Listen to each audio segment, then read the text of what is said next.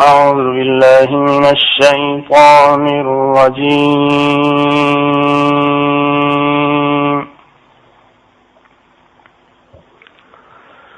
بسم الله الرحمن الرحيم.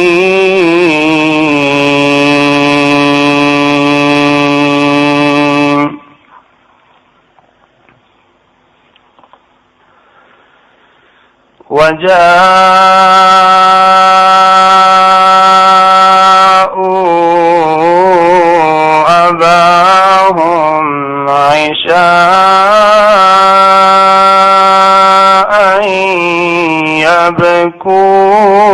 يبكون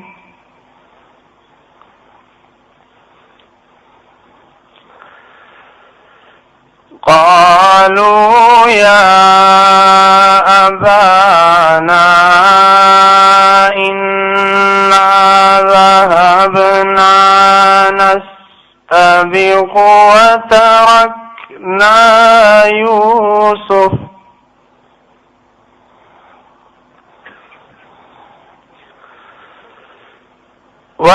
وتركنا يوسف عند متاعنا فأكله الذئب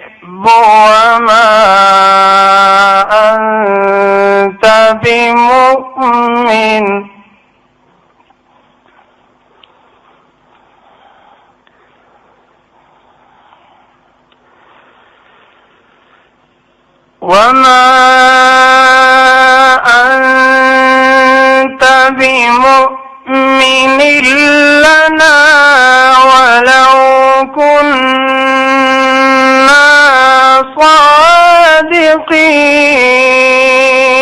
صادقين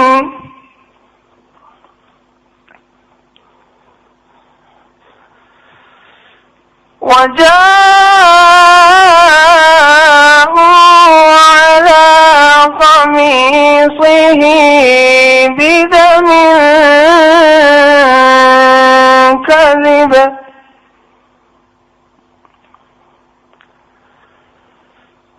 قال بل سولت لكم أنفسكم أمرا فصبر جميل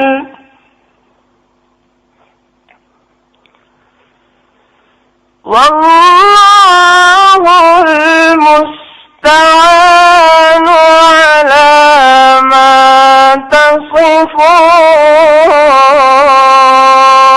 تصفون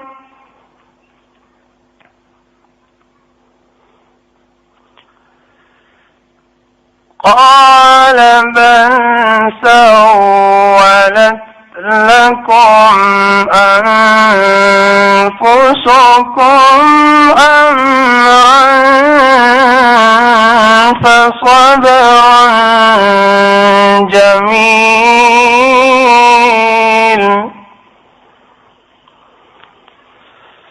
والله المستعان على ما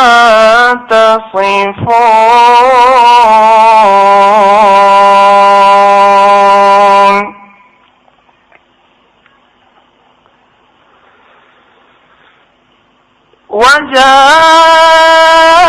وجاءت سيارة فأرسلوا واردهم فأدلى دلوه قال يا بشرى هذا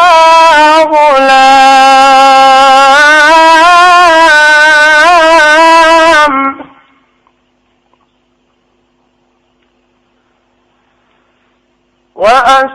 وأسروه بضاعة والله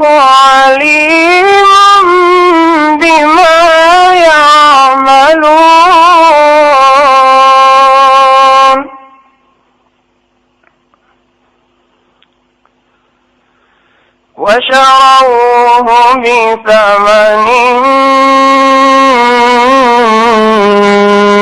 بخس دراهم معدودة وكانوا فيه من الزاهدين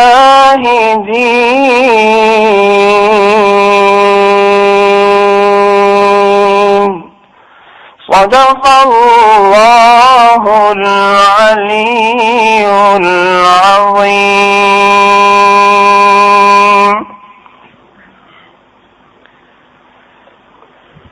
وسلام على عباده الذين اصطفى أما بعد أعوذ بالله من الشيطان الرجيم بسم الله الرحمن الرحيم أفحسبتم أنما خلقناكم عبثا وأنكم إلينا لا ترجعون وقال الله تعالى في مقام آخر اقترب للناس حسابهم وهم في غفلة معرضون وقال الله تعالى في مقام آخر اقتربت الساعة وانشق القمر وقال الله تعالى في مقام آخر واتقوا يوما ترجعون فيه إلى الله سبحان ربك رب العزة عما يصفون وسلام على المرسلين والحمد لله رب العالمين. اللهم صل على سيدنا محمد وعلى آل سيدنا محمد وبارك وسلم. اللهم صل على سيدنا محمد وعلى آل سيدنا محمد وبارك وسلم. اللهم صل على سيدنا محمد وعلى آل سيدنا محمد وبارك وسلم. دین اسلام کے 3 بنیادی عقائد ہیں. ایک عقیدہ ہے توحید کا کہ ہمارا پروردگار اللہ ہے جس نے اس کائنات کو پیدا کیا، اس کی ذات میں یا اس کی صفات میں کوئی شریک نہیں، وہ وحدہ لا شریک ہے. دوسرا عقیدہ ہے رسالت کا کہ نبی علیہ الصلوۃ والسلام اللہ رب العزت کے سچے رسول ہیں اور خاتم النبیین ہیں. اور تیسرا عقیدہ ہے آخرت کا کہ اس زندگی کے بعد ایک اور بھی زندگی ہے جس کو عالم آخرت کہا جاتا ہے. جو کچھ انسان اس دنیا میں کرے گا اسے اللہ تعالیٰ کے سامنے کھڑے ہو کر جواب دینا پڑے گا. اور یہ عقیدہ سب انبیاء کرام کا رہا، اس لیے کہ دین کا تصور اس کے سوا ادھورا ہوتا ہے.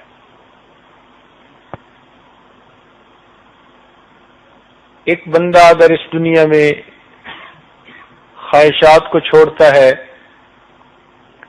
اچھائی کی خاطر قربانیاں دیتا ہے، تو عقل تقاضا کرتی ہے کہ اسے اس کا بدلہ ملنا چاہیے. ایک آدمی اگر خواہشات کا بندہ بنتا ہے، دوسروں کے حقوق کو پامال کرتا ہے، ان کو تکلیف دیتا ہے، ایذا پہنچاتا ہے، عقل تقاضا کرتی ہے کہ اس بندے کو سزا ملنی چاہیے. تو دنیا عمل کی جگہ ہے، قیامت کا دن اس کے بدلے کی جگہ ہے.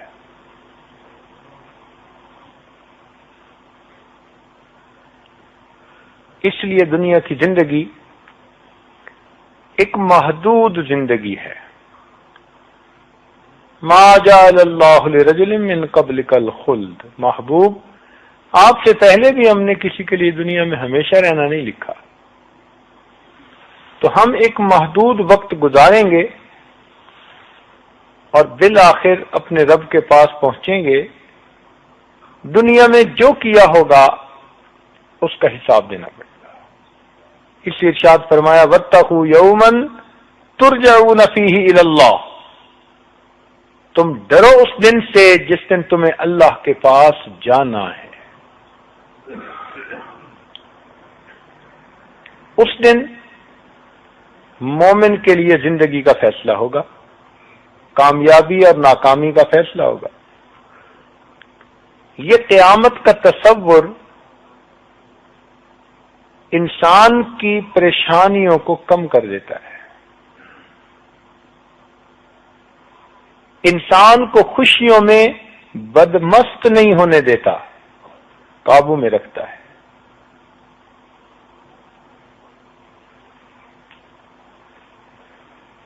جو انسان جیسا کرے گا ویسا بھرے گا، عدل کا بدلہ، جیسی کرنی ویسی بھرنی، نہ مانے تو کر کے دیکھ، جنت بھی ہے دوزخ بھی ہے، نہ مانے تو مر کے دیکھ۔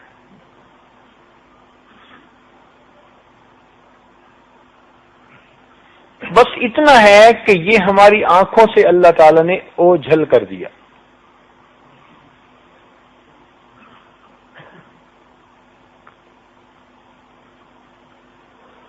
دریا میں مچھلی ایک تیر رہی تھی،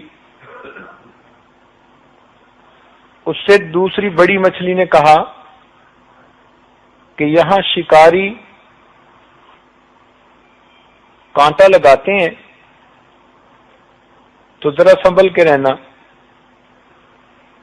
اگر تم نے حرص کی اور پھنس گئی تو شکاری تمہیں اپنی طرف کھینچے گا، پھر وہ چاقو سے چھری سے تمہارے ٹکڑے کرے گا، اس کی بیوی تمہیں نمک مرچ لگائے گی، آگ کے شعلوں پہ پکائے گی، دسترخوان پہ سجائے گی، پھر مہمانوں کو بلائے گی تو وہ سب تمہیں 32 دانتوں میں خوب چبا چبا کے کھائے گی۔ اب وہ چھوٹی مچھلی کہنے لگی کہ اچھا میں ذرا دیکھتی ہوں کہ یہ سب چیزیں کہاں ہیں۔ وہ اگر دریا میں ساری عمر چکر لگاتی رہے، نہ چھری دیکھے گی، نہ آگ دیکھے گی، نہ 32 دانت دیکھے گی، اس لیے کہ وہ پانی میں ہے ہی نہیں۔ یہ تو اعتبار کرنے والی بات ہے، مان جائے تو اس کا اپنا فائدہ، نہیں مانے گی تو جیسے ہی وہ اس شکاری کی اس کی کنڈی میں پھنسے گی تو اس کے ہاتھوں میں آتے ہی یہ سب منظر اپنی آنکھوں سے دیکھے گی، پورا پروسیس اس کے ساتھ ہوگا۔ اب پچھتائے کیا ہوت جب چڑیاں چگ گئیں کھیت۔ انڈے کے اندر مرغی کا بچہ ہے، پیدا ہونے سے چند لمحے پہلے اس کو اگر کوئی بتائے کہ تم ایک ایسے جہان میں جا رہے ہو جہاں 6 فٹ کا انسان ہوتا ہے اور 100 منزلہ بلڈنگیں ہوتی ہیں اور 50 فٹ اونچے درخت ہوتے ہیں، پہاڑ ہوتے ہیں، سمندر ہوتے ہیں، دریا ہوتے ہیں، وہ کہ اچھا میں دیکھتا ہوں، تو انڈے کے اندر تو اس کو کچھ نظر نہیں آ سکتا۔ مان جائے تو بہتر، نہیں مانے گا تو جیسے ہی انڈے سے باہر نکلے گا وہ انسان کو بھی دیکھے گا، وہ درختوں کو بھی دیکھے گا، وہ پہاڑوں کو بھی دیکھے گا، وہ دریاؤں کو بھی دیکھے گا۔ بالکل یہی حال انسان کا کہ نبی علیہ الصلوۃ والسلام نے معراج کی رات جنت اور جہنم کے حالات کو دیکھا، اللہ تعالیٰ کے محبوب میں دنیا میں آ کر اس کی گواہی دی، سمجھایا کہ ایک دن آنے والا ہے جب تمہارے حساب ہوگا، لوگوں اس دن کی تیاری کر لو۔ اب ہم اگر اس کو مان لیں تو یہ ہماری خوش نصیبی، کہ ہم اس کے لیے تیاری کر لیں گے، اور اگر نہیں مانیں گے تو اپنا ہی نقصان کریں گے۔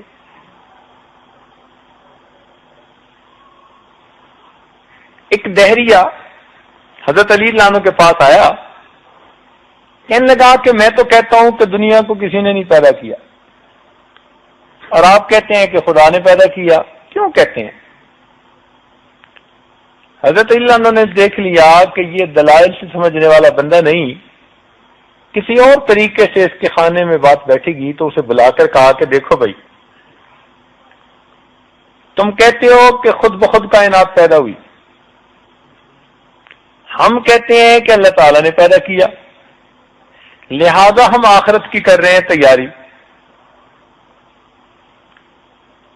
اگر مان لیا کہ تمہاری بات ٹھیک ہے تو ہماری محنت تو ہو ہی رہی ہے، ہمارا نقصان کوئی نہیں، اور اگر ہماری بات ٹھیک نکل آئی تو بچوں تمہیں دھر لیا جائے گا۔ اب بتاؤ احتیاط کس میں ہے؟ تو وہ کہنے لگا بات تو ٹھیک ہے کہ اگر ہماری بات ٹھیک نکلے تو ان کو فرق نہیں پڑتا، اور ان کی ٹھیک نکل آئی تو جو ہماری گت بنے گی وہ پھر دنیا دیکھے گی۔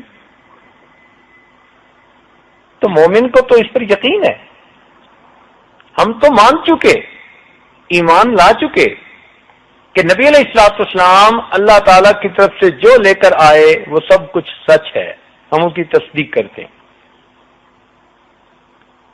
لہذا اس دن کی تیاری کرنی ہے۔ آپ نے دیکھا ہوگا کہ دنیا میں جب بچے کے پیپر ہوتے ہیں نا تو وہ چند دن بہت مصروف رہتا ہے، ساری مصروفیات ترک کر دیتا ہے،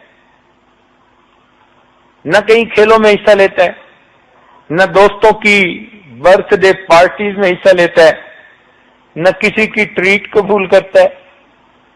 وہ کہتا ہے جی میرا امتحان ہے، ماں باپ کو بھی کہتا ہے جی مجھے ڈسٹرب نہ کریں، تھوڑا کھاتا ہے، تھوڑا پیتا ہے، تھوڑا سوتا ہے، زیادہ سے زیادہ وقت اپنی پڑھائی میں لگاتا ہے۔ وہ سمجھتا ہے کہ آج میں محنت کروں گا، ایک دن آئے گا کہ مجھے کامیابی پر پھولوں کے ہار پہنائے جائیں گے۔ پھر جب امتحان کا دن آتا ہے تو ایک اس کا اے پیپر ہوتا ہے اور ایک اس کا بی پیپر ہوتا ہے، اس کے بعد اس کا رزلٹ نکلتا ہے۔ مومن کے ساتھ بھی یہی معاملہ کہ مومن دنیا میں اس امتحان کے لیے تیاری کر رہا ہے، وہ اس دنیا میں اپنی خواہشات کو گھٹاتا ہے،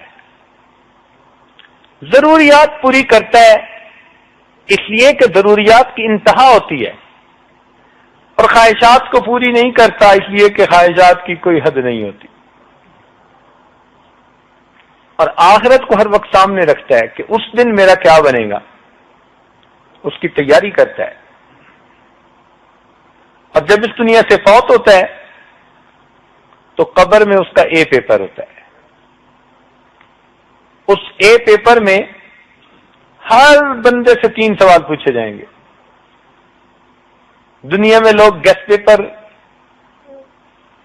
ایشو کرتے ہیں کہ جی ہم اندازہ لگاتے ہیں کہ کیا کوشچن آئیں گے، اللہ تیری کریمی پہ قربان جائیں کہ اس نے اپنے محبوب کے ذریعے پیپر پہلے ہی آؤٹ کر دیا۔ بھائی تمہیں بتا دیتے ہیں کوشچن کیا، تم ان کی تیاری کر لینا، چھوٹے چھوٹے 3 سوال ہوں گے، تینوں کمپلسری ہوں گے، تینوں لازمی۔ پہلا پوچھیں گے من ربک، تیرا رب کون ہے،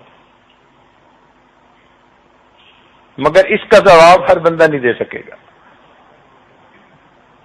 جواب وہ دے گا کہ جس نے دل میں اس یقین کو بٹھایا ہوگا کہ میرا پروردگار اللہ ہے، اور اگر وہ سمجھے گا کہ مجھے دفتر پالتا رہا، دکان پالتی رہی، لوگ پالتے رہے، تو وہ رب کا نام کیسے لے سکے گا؟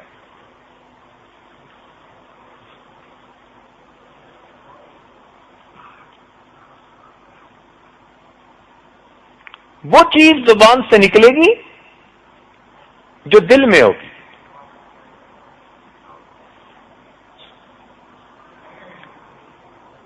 ایک صاحب نے طوطا پالا، اس کو اللہ اللہ کا ذکر سکھایا، لوگ دور دور سے اس کو دیکھنے آتے، اس کی باتیں سننے آتے. اللہ تعالیٰ کی شان کے ایک دن بلی اس طوطے کو پکڑ کے لے گئی، پنجرا کھلا رہ گیا تھا. وہ جب لے جا رہی تھی نا تو طوطا ٹیں ٹیں کر رہا تھا. اس کو دکھ تو بڑا ہوا، میری محنت بیکار گئی. ایک اللہ والے کے سامنے تذکرہ ہوا تو وہ کہنے لگا چلو صدمہ تو جو تھا سو تھا. یہ بات سمجھ میں نہیں آئی کہ میں نے اس کو اللہ اللہ سکھایا، حضرت بلی پکڑ کے لے جا رہی تھی، بیچارہ ٹیں ٹیں کرتا جا رہا تھا. ان بزرگوں نے کہا کہ بات یہ ہے اس کی زبان پر کلمہ تھا، اس کے دل میں ٹیں ٹیں تھی. جب موت کا وقت آتا ہے وہ نکلتا ہے جو دل میں ہوتا ہے. اس لیے تمہارے طوطے نے ٹیں ٹیں کی. تو بھائی اگر ہماری زبان پہ اگر ویسے تو کلمہ رہے اور دل میں دنیا کی محبت بسی ہو تو پھر موت کے وقت جواب کیا نکلے گا؟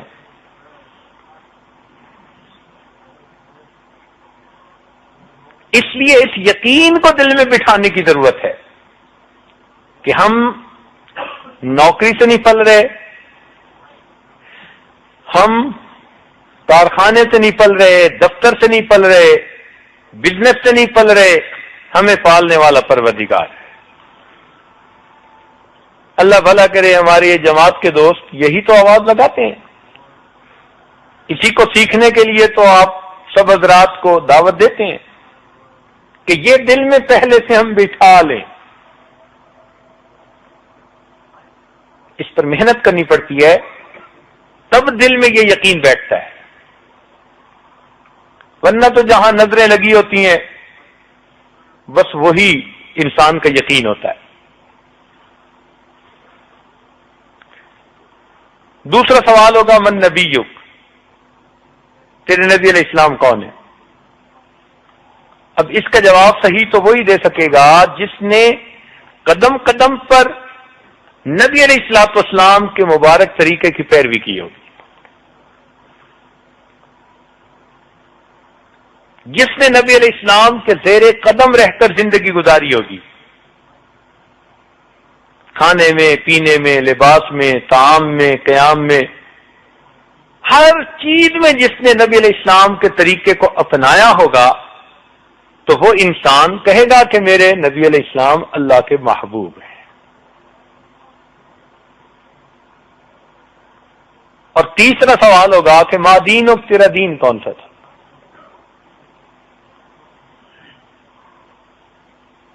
اللہ والوں نے محنت کی ہوتی ہے، ان کے پھر آگے سے حساب بھی اور ہوتے ہیں. موت بھی شان سے آتی ہے.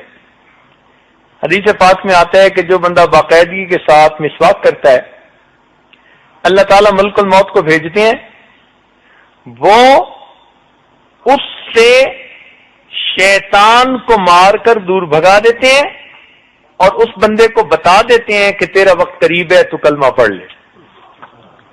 اب یہ کتنی بڑی نعمت ہے کہ شیطان کو مار کر دور بھگائیں اور کلمہ یاد دلائیں.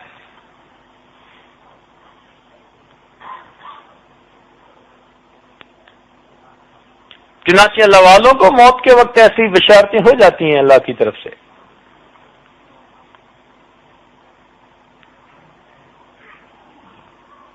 ان کے آگے کے مسئلے بھی اللہ آسان کر دیتے ہیں. اس لیے کہ ان کا دل مخلوق میں نہیں اٹکا ہوتا، ان کا دل خالق کے ساتھ جڑا ہوتا ہے.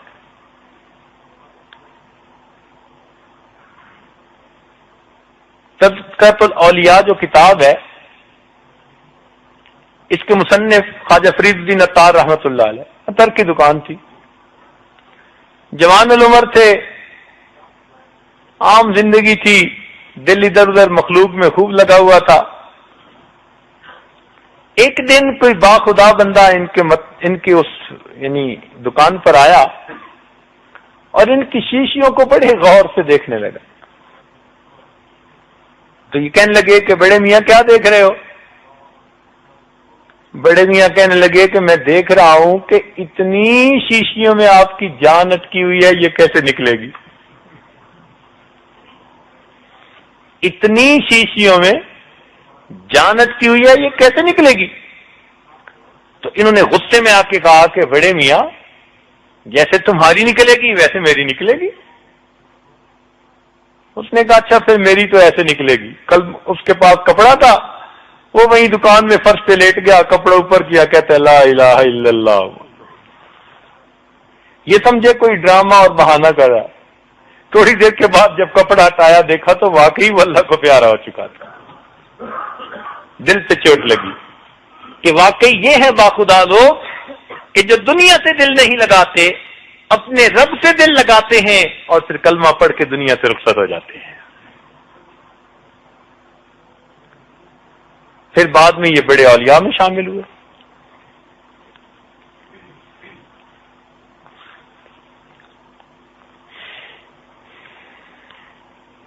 سری سکتی رحمت اللہ علیہ فرماتے ہیں کہ ہم لوگ ایک جگہ بیٹھے تھے، ایک درویش سا بندہ آیا، کہتے ہیں کوئی اچھی سی جگہ ہے جہاں کوئی مر سکے. حیران ہو گئے اس کی بات سن کے. کہتا کیا ہے؟ کہتا ہے میرا مقصد ہے کوئی ٹھنڈی ہوادار کوئی پانی والی ایسی جگہ ہے. ہم نے کہا وہ سامنے کنواں ہے. وہ گیا کنویں پہ، اس نے جا کے وضو کیا، 2 رکعت نفل پڑھے اور جا کے لیٹ گیا. ہم سمجھے سویا ہوا ہے. نماز کا وقت آیا، ہم نے بھی وضو کیا. جب اس کو جگانے گئے تو دیکھا وہ تو اللہ کو پیارا ہو چکا. ان اللہ والوں کی ایسی جو ہے نا وہ دنیا سے جانے کا وقت ہے. اور آگے کا معاملہ بھی ان کا ایسے.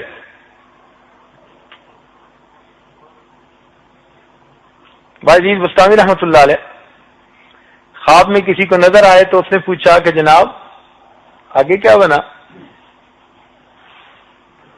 تو کہنے لگے کہ جب میں قبر میں گیا تو فرشتے کہنے لگے وہ بڈھے کیا لائے ہے؟ وہ بڈھے کیا لائے ہے؟ تو میں نے جواب دیا کہ جب بادشاہ کے دربار میں آتے ہیں تو یہ نہیں پوچھتے کیا لایا ہے، ہمیشہ پوچھتے ہیں تو کیا لینے کے لیے آیا ہے. کہ میری بات سن کے فرشتے مسکرا پڑے اور کہنے لگے اس کا یقین پکا ہے، اور وہ وہاں سے چلے گئے. جنید بغدادی رحمۃ اللہ خواب میں نظر آ کسی کہنا ہے آگے کیا بنا؟ ان کا جی فرشتے آئے تھے، کہنے لگے میں ربک، تیرا رب کون ہے؟ کہ جی پھر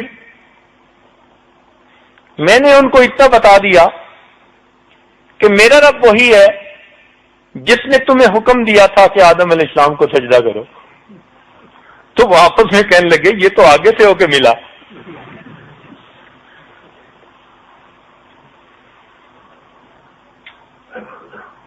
شیخ عبدالقادر جیلانی رحمۃ اللہ علیہ کو کسی نے دیکھا. حضرت آگے کیا بنا؟ کہنے لگے قبر میں فرشتے آئے تھے. پھر پوچھنے لگے من ربک، تیرا رب کون ہے؟ تو میں نے انہیں کہا کہ دیکھو تم عرش سے فرش پر آئے ہو اتنا سفر کر کے اور رب کو نہیں بھولے، تو زمین کے اوپر سے میں 2 گز نیچے آ کے اپنے رب کو بھول جاؤں گا؟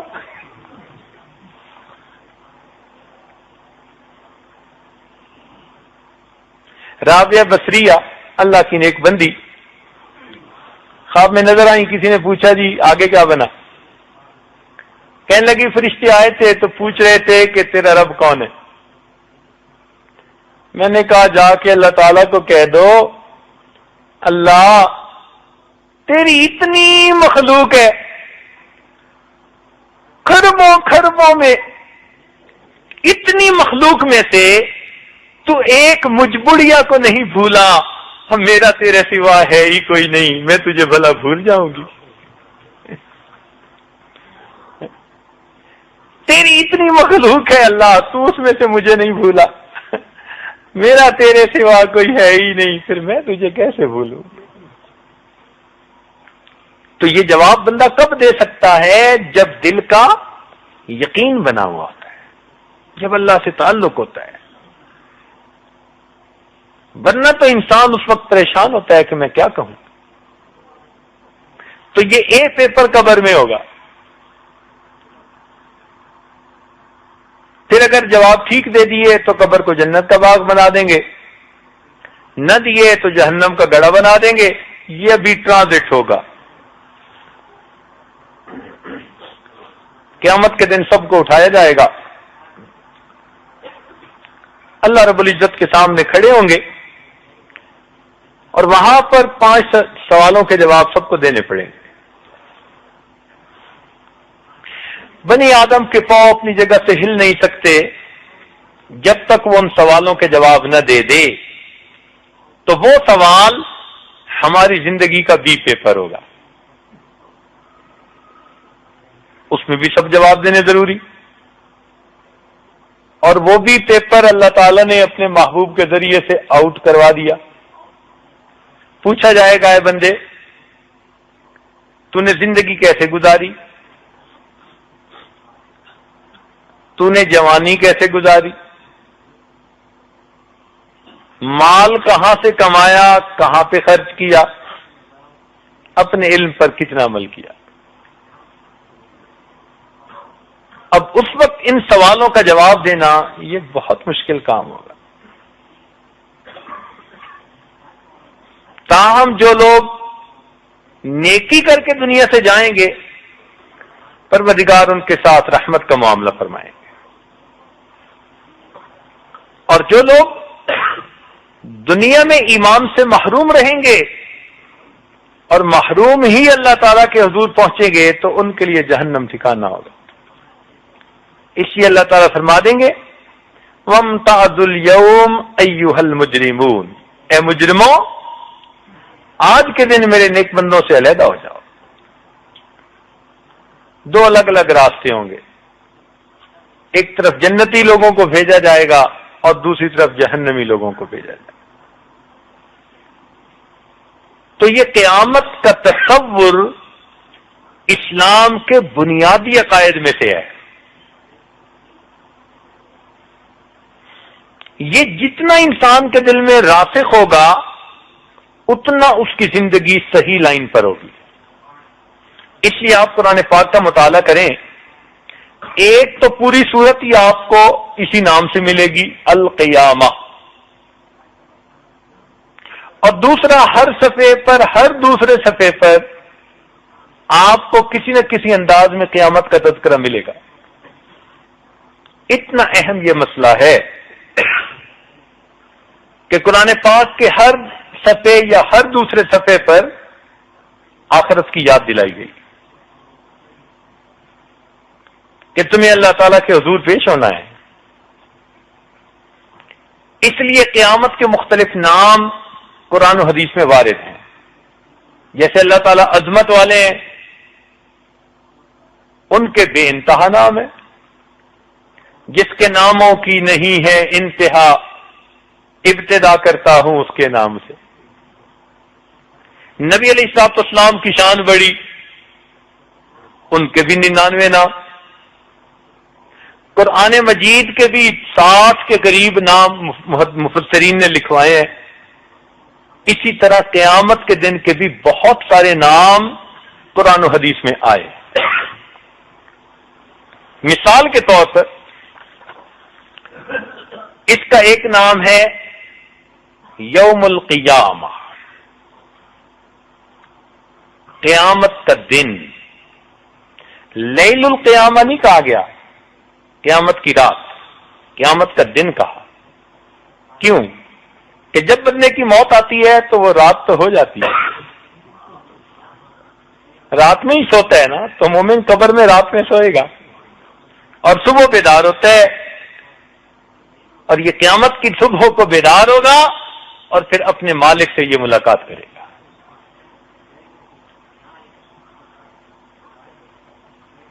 اس کو یوم حسرت بھی کہا گیا، حسرت کا دن.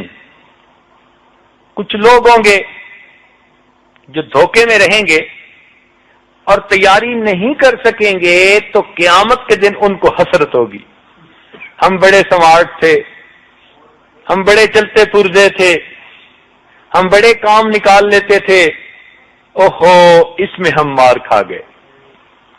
ایک دفعہ موقع اور مل جائے نا، قال رب ارجعون، کہیں گے اللہ ایک چانس اور دے دے. فرمایا جائے گا کلا، ہرگز نہیں، ہرگز نہیں. اب وہ ہاتھ ملیں گے کہ ہم نے دنیا میں اس کو سیریس کیوں نہ لیا. اس لیے قیامت کا ایک دن حسرت کا دن، اور ایک دن یوم حساب. رب اجعلنی مقیم الصلاۃ ومن ذریتی ربنا وتقبل دعا ربنا اغفر لی ولوالدی وللمؤمنین یوم یقوم الحساب. تو اس دن اللہ رب العزت حساب لیں گے، اور یہ حساب دینا کوئی آسان نہیں ہوتا. جیسے مولانا حبیب اللہ صاحب فرما رہے تھے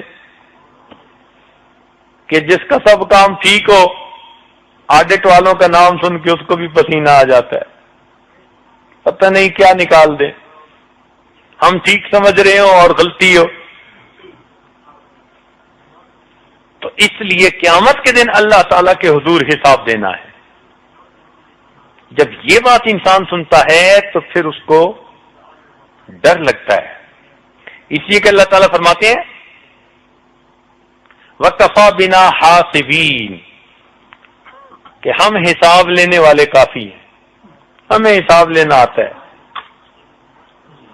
ہم تمہیں حساب لے کے دکھائیں گے. جیسے لوگ کہتے ہیں نا جی آئی نو وٹ ٹو ڈو،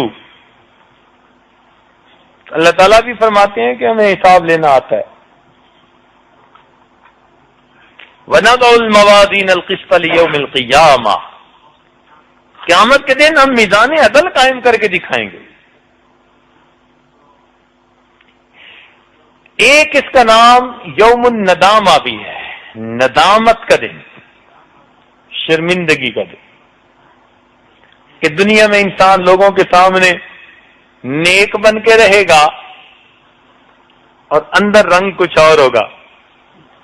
تو قیامت کے دن اس کا ڈھول کا پول کھل جائے، اب ندامت ہوگی. لوگ کہیں گے جی تمہاری باتیں سن کے ہی تو ہم نیک بنے.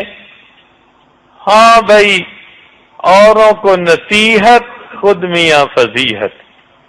ہم تمہیں نصیحتیں کرتے تھے، خود چھپ چھپ کے گناہ کرتے تھے، اس لیے آج ہمیں پریشانی ہو.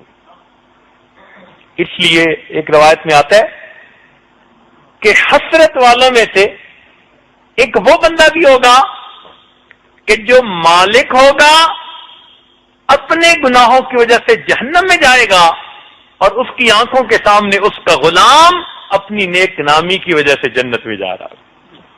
تو مالک کو حسرت ہوگی، یہ دنیا میں میرا غلام تھا، مجھ سے تو یہ بھلا، میں منمانی کی وجہ سے جہنم میں جا رہا ہوں اور یہ فرمانبرداری کی وجہ سے جنت میں جا رہا ہے. اسی لیے ندامت کی وجہ سے قیامت کے دن مجرم لوگ اللہ تعالی کے سامنے آنکھ اٹھا نہیں سکیں گے.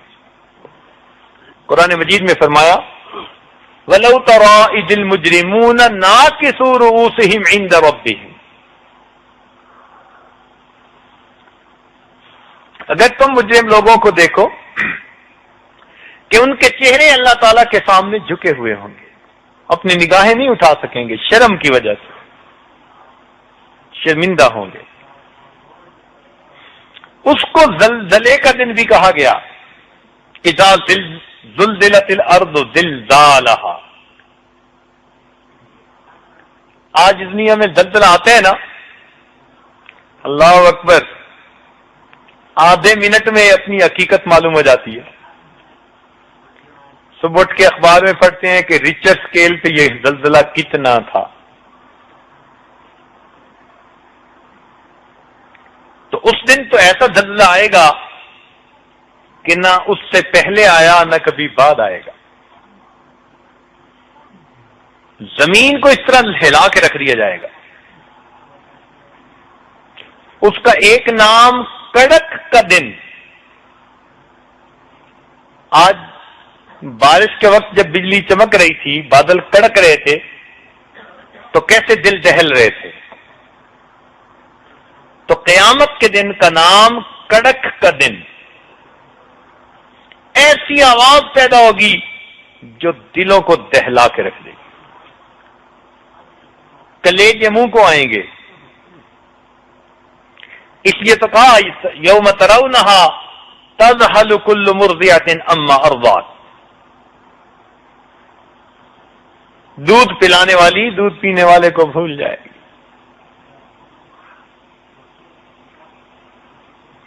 ایک اس کا نام کھڑکھڑانے کا دن،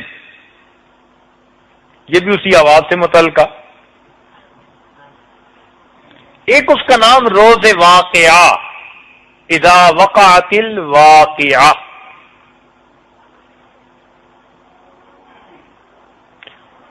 تو وہ دن عجیب دن ہوگا کہ جب انسان کے ساتھ بالکل ایک نیا معاملہ پیش آئے گا. ایک نام ہے اس کا چھا جانے والا دن. ایک ہے دل کو دہلا دینے والا دن، بڑے بڑوں کے پتے پانی ہو جائیں گے. ایک ہے روز برحق، ایسا دن جس میں کوئی شک نہیں. ایک اس کا نام ہے ہنگامے کا دن. عجیب ہنگامہ ہوگا، سب بھاگ رہے ہوں گے. نبی علیہ الصلوۃ والسلام نے ارشاد فرمایا سیدہ صدیقہ رضی اللہ تعالیٰ عنہ کو کہ لوگ قبروں سے اٹھیں گے جس حالت میں دفن کیے گئے ہوں گے اور بھاگ رہے ہوں گے. انہوں نے حیران ہو کے پوچھا اللہ کے محبوب کیا ان کے سطر چھپے ہوئے نہیں ہوں گے؟ تو نبی علیہ السلام نے فرمایا نہیں. تو کہنے لگی کہ اللہ کے نبی پھر مردوں عورتیں اکٹھے کیسے ہوں گے؟ تو اللہ کے نبی نے فرمایا اس دن دل ایسے دہلا دیے جائیں گے کہ آدمی کو دوسرے کی طرف دھیان کرنے کا موقع ہی نہیں ہوگا، اپنی پڑی ہوگی. پنجابی میں کہتے ہیں اپنی پوی سے پرائی بھولونی. اپنی پڑے اور تو دوسروں کی بھول جائے، ایسی اپنی پڑے گی. نفس نفسی کا عالم ہوگا. وَلَا تَزِرُ وَازِرَةٌ وِزْرَ أُخْرَى، کوئی کسی کا بوجھ نہیں اٹھائے گا. ایک اس کا نام ہے چیخو پکار کا دن کہ انسان اس دن کی سختی کو دیکھیں گے تو چیخیں گے، چلائیں گے، روئیں گے، مگر اس کا نتیجہ نہیں ہوگا.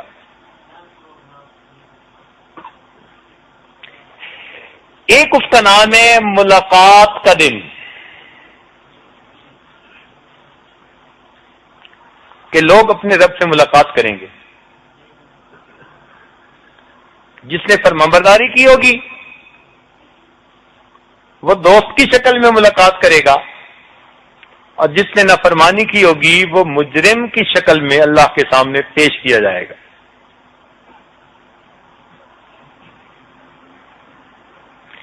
ایک اس کا نام ہے باہم پکارنے کا دن. ایک دوسرے کو مدد کے لیے پکاریں گے مگر کوئی کسی کے کام نہیں آئے گا. الاخلاء یومئذ بعضهم لبعض عدو الا المتقین. دوست ایک دوسرے کے ساتھ دشمن ہو جائیں گے. ایک اس کا نام ہے بدلے کا دن. اللہ تعالی ہر ایک کے عمل کا بدلہ اس کو دلوائیں گے.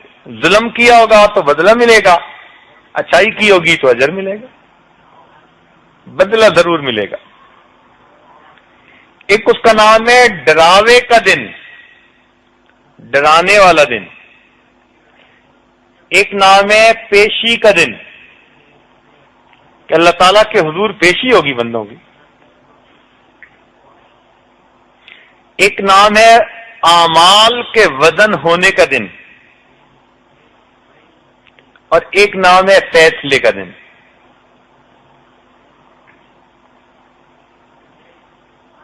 کہ انسان کے لیے جنت یا جہنم کا فیصلہ ہوگا۔ اے انسان، یا تو زندگی کی بازی جیت جائے گا یا زندگی کی بازی ہار جائے گا۔ ایک نام ہے جمع ہونے کا دن، اولین اور آخرین کو اللہ ایک جگہ جمع فرما دے گا۔ ایک نام ہے دوبارہ اٹھنے کا دن،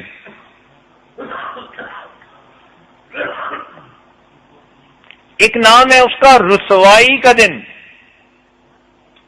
یقینی بات ہے کہ آخرت کی رسوائی بہت بڑی اور بہت بری ہے، بہت بڑی اور بہت بری ہے۔ ایک نام ہے اس کا سخت دن، سختی کا دن، کہ عرش کے سائے کے سوا کوئی سایہ نہیں ہوگا، اور بندہ اپنے گناہوں کے بقدر پسینے میں شرابور ہوگا۔ ایک نام ہے پھیلنے کا دن، اور ایک ہے انصاف کا دن۔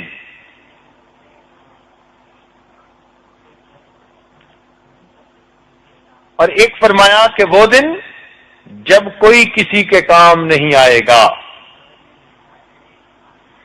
یوم یفر المرء من اخیہ و امہ و ابیہ و صاحبتہ و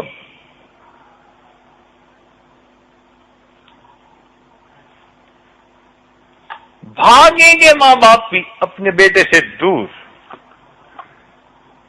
دنیا میں محبت کی اظہار کرنے والی ماں مائیں انجان بن جائیں، بڑے شفیق باپ انجان بن جائیں، بہن بھائی کی محبتوں کے دعوے کرنے والے سب ایک دوسرے سے انجان ہوں گے۔ انسان اس دن حسرت کرے گا، یا لیتنی اتخذت مع الرسول سبیلا، اے کاش میں رسول کے بتائے ہوئے راستے پہ چلتا۔ یا ویلتا لیتنی لم اتخذ فلانا خلیلا، اے کاش میں نے فلاں کو دوست نہ بنایا ہوتا۔ لقد اضلنی عن الذکر بعد اذ جاءنی وکان الشیطان للانسان خذولا۔ اور ایک نام ہے وہ دن جس میں آنکھیں کھلی کی کھلی رہ جائیں گی۔ اسی لیے قرآن مجید میں اس قیامت کے واقعے کو بہت بڑی خبر کہا گیا۔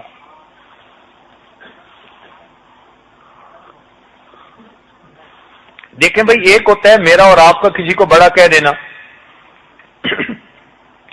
ایک ہوتا ہے کہ کسی بڑے کا کسی کو بڑا کہنا۔ علامہ شبیر احمد عثمانی رحمۃ اللہ لکھتے ہیں کہ جب بڑے کسی کو بڑا کہیں وہ چیز واقعی بہت بڑی ہوتی ہے۔ سب بڑوں کے بڑے نے، رب کریم نے اس چیز کو، اس خبر کو بڑی خبر کہا۔ عَمَّ يَتَسَاءَلُونَ عَنِ النَّبَإِ الْعَظِيمِ، یہ آپ سے بڑی خبر کے بارے میں پوچھتے ہیں۔ تو جب اللہ کریم کسی چیز کو بڑا کہہ رہے ہوں تو وہ کتنی بڑی بات ہوگی۔ معلوم ہوا کہ ہم نے قرآن مجید میں جو قوم نوح کے سیلاب کی خبر سنی وہ چھوٹی، جو قوم عاد کے مرنے کی خبر سنی وہ چھوٹی، جو قوم سمود پہ کڑک کی بات سنی وہ چھوٹی، جو قوم لوط پہ پتھروں کی خبر سنی وہ چھوٹی، جو فرعون کے ڈوبنے کی خبر سنی وہ چھوٹی، جو یوسف علیہ السلام کے بکنے کی خبر سنی وہ چھوٹی، جو عیسیٰ علیہ السلام کو عرش پر اٹھانے کی خبر سنی وہ چھوٹی۔ یہ سب خبریں چھوٹی ہیں، ایک خبر ان سب سے بڑی خبر ہے جس کو پروردگار فرماتے ہیں عن النبأ العظیم، بڑی خبر جس کو قیامت کے دن کی بات کہتے ہیں۔ وہ بہت بڑی بات ہے۔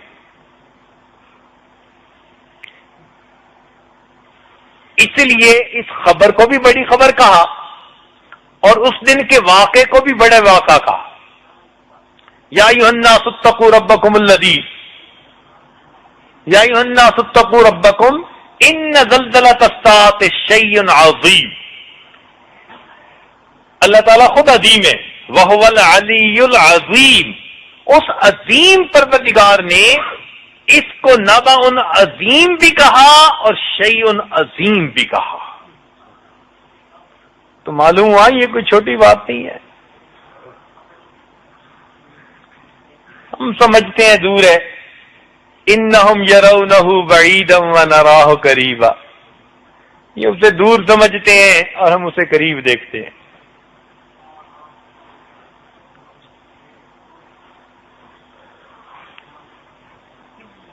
چنانچہ اس دن ہر بندہ اپنے اعمال کے حساب سے گروی ہوگا.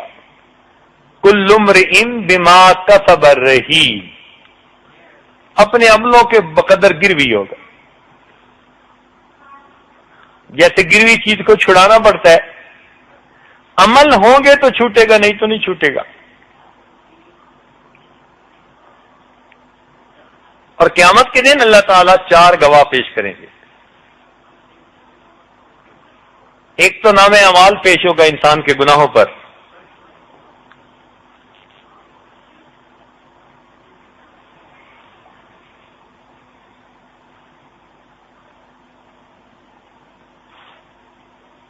ووضع الکتاب. جب کتاب پیش ہوگی فَتَرَى الْمُجْرِمِينَ مُشْفِقِينَ مِمَّا فِيهِ. تو مجرم لوگ جب اس میں اپنے کرتوتوں کو دیکھیں گے تو ڈرے اور کانپیں گے اور زبان سے کہہ بھی دیں گے وَيَقُولُونَ يَا وَيْلَتَنَا مَا لِهَٰذَا الْكِتَابِ لَا يُغَادِرُ صَغِيرَةً وَلَا كَبِيرَةً إِلَّا أَحْصَاهَا. کوئی چھوٹا کوئی بڑا عمل ایسا نہیں جس میں درج نہ کر دیا گیا ہو. وَوَجَدُوا مَا عَمِلُوا حَاضِرًا وَلَا يَظْلِمُ رَبُّكَ أَحَدًا. اور دوسرا فرشتے گواہی دیں گے ان علیکم لحافظین کراما کاتبین یعلمون ما تفعلون. اور تیسرا جسم کے اعضاء گواہی دیں گے جن سے انسان گناہ کرتا ہے. اور چوتھا اللہ تعالیٰ کی زمین گواہی دے گی. یومئذ تحدث اخبارها بان ربک اوحی لها.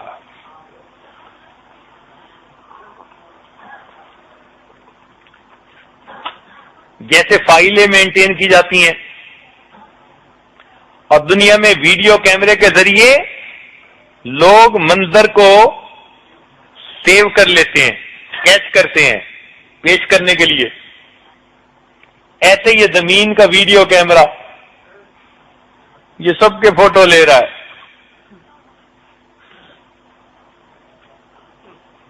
اور قیامت کے دن یہ پھر اپنی خبریں نشر کرے گا. اس نے میری اس جگہ پر یہ کیا, میری اس جگہ پر یہ کیا, میری اس جگہ پر یہ کیا. اور انسان کے اعضاء یہ اللہ تعالیٰ کی خفیہ پولیس ہے, سیکرٹ سروس. انہی سے بندہ گناہ کرتا ہے اور یہی قیامت کے دن اللہ کے سامنے گواہی دیں گے گناہوں کی. پھر کیا بنے گا؟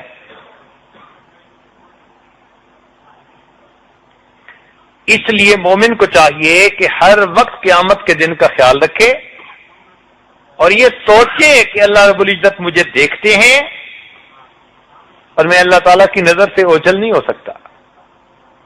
جب دل میں یہ یقین بیٹھ گیا تو اب بندے کے لیے گناہوں سے بچنا آسان ہو جائے گا. اس لیے نبی علیہ الصلوۃ والسلام نے اس یقین کو خوب بٹھایا. صحابہ کرام کا ایسا یقین بن گیا تھا کہ ان کو یوں محسوس ہوتا تھا کہ جیسے ہم ہر وقت اللہ رب العزت کے عرش کے سامنے ہیں. چنانچہ حدیث پاک ہے کہ نبی علیہ السلام نے حارثہ رضی اللہ تعالیٰ عنہ سے پوچھا کیف اصبحت یا حارثہ, اے حارثہ تم نے کیسے صبح کی؟ انہوں نے جواب میں کہا اے اللہ کے نبی اس حال میں صبح کی کہ مجھے یوں لگتا ہے میں اپنے رب کے عرش کے سامنے کھڑا ہوا. ایسا ان کا کامل یقین بن گیا تھا. چنانچہ جب یہ یقین ہونا کہ اللہ تعالیٰ کے حضور پیش کرنے ہیں تو پھر بندہ اپنے نفس کو قابو کرتا ہے. کتابوں میں ایک باندی کا واقعہ لکھا ہے کہ ایک قصاب اس پر بدنیت ہو گیا تھا، موقع کی تلاش میں تھا. وہ کسی کام کے لیے باہر نکلی تو اس نے موقع غنیمت پایا تو اس کے سامنے اپنے برے خیال کا اظہار کیا کہ میں تجھ سے برائی کرنا چاہتا ہوں. سمجھدار تھی، اس نے آگے سے کہا کہ دیکھو، جتنی محبت تم مجھ سے کرتے ہو اس سے زیادہ محبت میرے دل میں ہے، مگر میں اللہ تعالیٰ سے ڈرتی ہوں، اس لیے میں گناہ نہیں کرنا چاہتی. اس خدا کی بندی نے جو الفاظ کہنا میں اللہ سے ڈرتی ہوں، تو ان الفاظ کی وجہ سے اس نوجوان کے دل پر اثر ہوا اور اس نے گناہ سے سچی توبہ کر لی. اس نے دل میں سوچا چلو میں اب چلا جاتا ہوں کہیں. جب شہر سے باہر نکلا تو اس کو ایک بڑے میاں ملے، کوئی بزرگ تھے، وہ بھی جا رہے تھے باہر. ایک دوسرے سے سلام دعا ہوئی. کہاں جانے؟ اس بستی میں جانے. آپ نے کہاں جانے؟ اس کے قریب دوسری بستی میں جانے. اچھا تو پھر اکٹھا سفر کرتے ہیں، 3 دن تو اکٹھا چلیں گے، پھر اپنی اپنی منزل پہ چلے جائیں گے. اب گرمی کا موسم جب دونوں چلے نا تو ان کے سروں پر ابر نے سایہ کیا ہوا تھا، بادل نے سایہ کیا ہوا تھا. قصاب بھی سمجھتا رہا کہ اس بزرگ کی وجہ سے اللہ کی یہ رحمت، اور وہ بزرگ بھی سمجھتے تھے کہ یہ مجھ پر اللہ کی مہربانی. لیکن اللہ تعالیٰ کی شان دیکھیں کہ جب 3 دن کے بعد راستہ جدا ہوا تو بادل قصاب کے سر پر تھا. تو وہ بڑے میاں پھر آئے اور انہوں نے کہا کہ بھئی بتا تیرا کوئی راز ہے، کوئی تیرا عمل اللہ کو بڑا پسند آیا. تو وہ قصاب رویا، کہنے لگا بڑا گناہگار ہوں، زندگی گناہوں میں گزر چکی، میں تو اپنی زندگی کا کوئی عمل پیش کرنے کے قابل نہیں. وہ کہنے لگے کوئی نہ کوئی عمل ہوا ضرور ہے جو تجھ پر اللہ کا یہ کرم، ذرا سوچ. تب اس قصاب نے بتایا کہ میں نے تو گناہ کی نیت کی تھی، لیکن اللہ کا نام سن کر میرے دل پر ایک ہیبت طاری ہوئی، میں نے اللہ کے خوف سے گناہ چھوڑ دیا. بزرگ نے کہا اس کی یہ برکت ہے، اللہ نے گرمی کے موسم میں تجھے بادل کا سایہ عطا فرما دیا.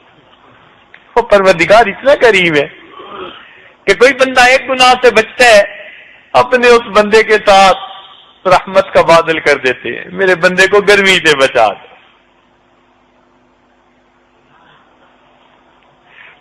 تو پہلے وقت میں یہ یقین زیادہ بنا ہوا تھا لوگوں کا.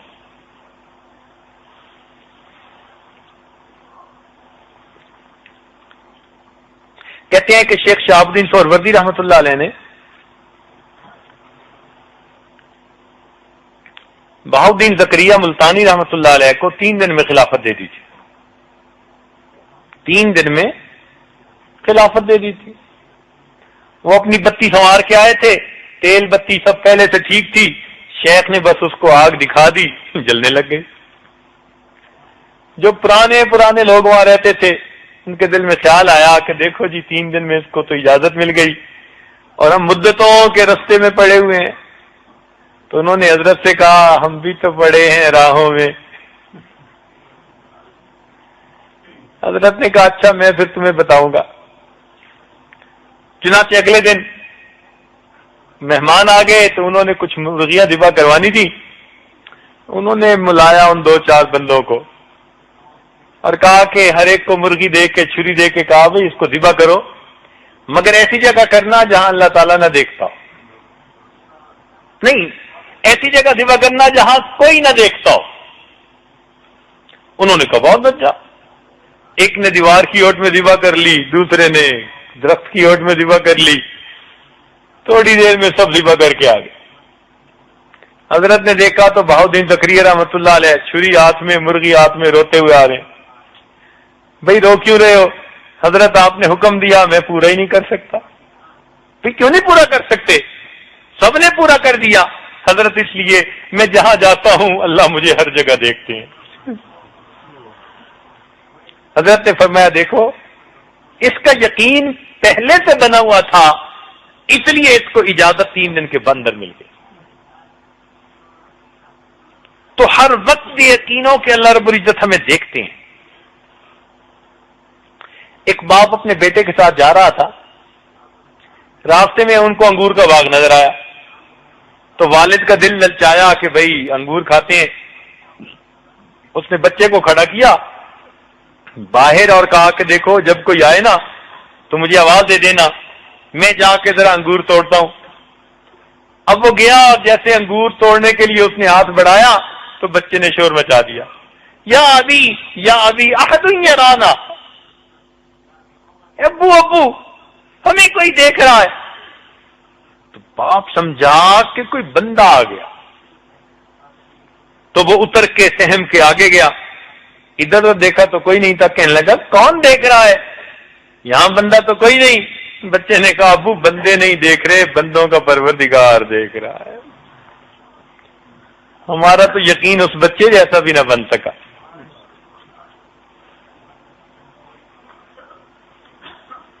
اسی طرح کا واقعہ ایک آدمی نے کسی غریب عورت کی مجبوری سے فائدہ اٹھایا اور اس کو برائی پر مجبور کر دیا۔ وہ فاقوں سے تنگ آئی ہوئی تھی بچوں کی خاطر، اس نے اس کی بات مان لی۔ اب جب یہ گھر آیا اس کو لے کے تو کہنے لگا کہ اچھا ذرا دروازے سب بند کر دو۔ وہ بند کرتی رہی مگر سست جیسے کوئی بندہ بے دلی سے۔ تو اس نے اس کو کہا کہ ابھی تک دروازے بند نہیں ہوئے؟ وہ کہنے لگی بس ایک دروازہ بند نہیں ہوتا، باقی تو ہو گئے۔ تو یہ اسے کہتا ہے کون سا دروازہ بند نہیں ہوتا؟ تو جب اس نے یہ کہا تو اس عورت نے جواب دیا کہ جن دروازوں سے مخلوق دیکھتی ہے ان سب دروازوں کو میں نے بند کر دیا، جس دروازے سے پروردگار دیکھتا ہے میں وہ دروازہ بند نہیں کر سکتا۔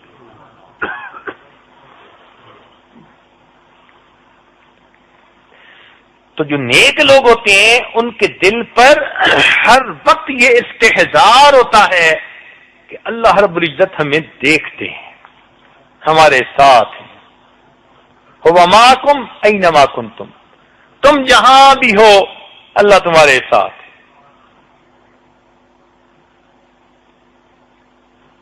اس لیے صحابہ کرام کا بڑا یقین بنا ہوا تھا۔ عمر رضی اللہ عنہ کا واقعہ ہے، توجہ سے سنیے۔ اپنے دور خلافت میں تہجد کے بعد ذرا حالات معلوم کرتے کے لیے گلیوں میں چکر لگا رہے تھے۔ ایک مقام سے 2 عورتوں کی آواز آئی، ایک ذرا بڑی عمر کی تھی، ایک چھوٹی لڑکی تھی۔ اس نے پوچھا بکری نے دودھ دے دیا؟ دے دیا۔ کتنا دیا؟ کہ ذرا تھوڑا دیا ہے۔ بھئی مانگنے والے تو پورا مانگیں گے تو اس میں تھوڑا پانی ملا دو۔ اس نے کہا کہ امیر المومنین نے اعلان نہیں کروایا کہ کوئی دودھ میں پانی نہ ملائے؟ اس نے کہا کون سا امیر المومنین، عمر دیکھتے ہیں یا منادی دیکھ رہا ہے؟ تو آگے سے جوان بچی نے جواب دیا کہ اماں عمر نہیں دیکھتا تو عمر کا پروردگار تو دیکھتا ہے۔ عمر لینا نے بات سنی، واپس آ گئے۔ اگلے دن تیار ہو کر جب امور مملکت سنبھالنے کے لیے خلافت نمٹانے کے لیے بیٹھے تو ان دونوں عورتوں کو بلا بھیجا۔ پتہ چلا کہ ایک بڑی ہے اور ایک اس کی بیٹی جوان العمر ہے مگر شادی نہیں ہوئی۔ عمر لانا کے دل میں خیال آیا کہ میرا بھی بیٹا جوان ہے، اگر شادی کرنی ہو تو بہو تو ایسی ہونی چاہیے جس کے دل میں ایسا یقین ہو۔ تو اس بڑھیا سے کہا کہ دیکھو تمہاری بیٹی جوان ہے، میرا بیٹا جوان ہے، کیوں نہ دونوں کا نکاح کر دیں؟ چنانچہ دونوں کا نکاح کیا۔ یہ وہ لڑکی تھی جو عمر بن عبد العزیز رحمت اللہ علیہ کی نانی بنی۔ اس کو بیٹی ملی اور وہ ماں بنی عمر بن عبد العزیز رحمۃ اللہ علیہ. اب شادی تو ہو گئی. عمر لانو نے ایک دن اس کو بلایا اور اس لڑکی کو کہا کہ دیکھو بیٹی، میں تمہاری ایک ڈیوٹی لگانا چاہتا ہوں. اس نے کہا جی حکم. فرمان لگے ڈیوٹی یہ ہے کہ جب میں روزانہ تیار ہو کر امور خلافت کے لیے گھر سے نکلنا چاہوں تو تمہاری ڈیوٹی ہے کہ رستے میں آ کر میرے قریب تم نے مجھے وہی سبق یاد دلانا ہے. انہوں نے کہا سبق کون تھا؟ کہنے لگے جو تم نے ماں کے سامنے کہا تھا عمر نہیں دیکھتا تو عمر کا خدا تو دیکھتا ہے. اتنا فکر یہ اچھا لگتا تھا عمر لانو کو کہ اس بچی کو فرماتے تھے کہ تو بار بار یہ کلمہ میرے سامنے دوہرا.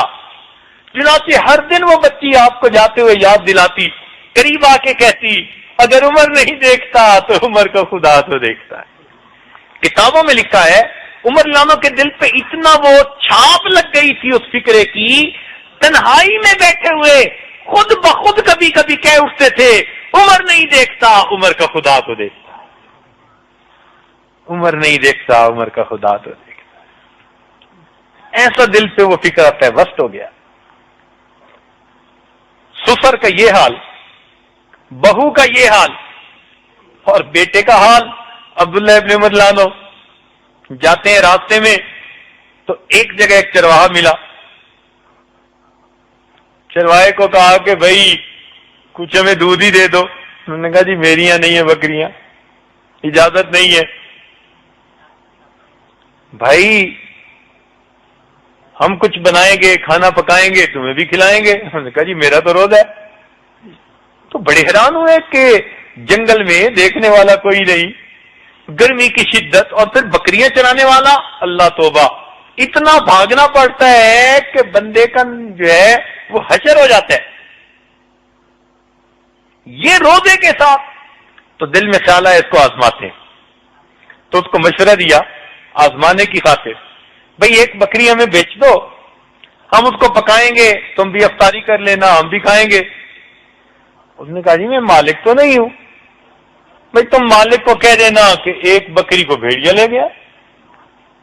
وہ نوجوان مسکرایا اور کہتے ہیں کہ اچھا اگر میں اس کو کہوں گا بکری کو بھیڑیا لے گیا تو فَأَيْنَ اللَّهُ، پھر اللہ کہاں ہے؟ اللہ بھی تو ہے نا. عبداللہ ابن عمر لانو کے دل پہ ایسا اثر ہوا کہ بعد میں لوگوں کے سامنے یہ واقعہ سنا کر کہا کرتے تھے کہ اس قوم کا حال دیکھو کہ اتنا کامل یقین کہ چرواہا بھی تنہائیوں میں روزے کی شدتیں برداشت کرتا ہے، اور جب کہا جاتا ہے کہ کوئی عمل خلاف شرع کر لو تو آگے کہتا ہے فَأَيْنَ اللَّهُ، پھر اللہ کہاں ہے. تو بیٹے کا یقین ایسے بنا، باپ کا یقین ایسے بنا، بیوی کا یقین ایسے بنا. اس وقت گھر کے سب لوگ ایسے ہوتے تھے. چنانچہ عمر لانو کا یقین ایسا تھا قیامت کے بارے میں کہ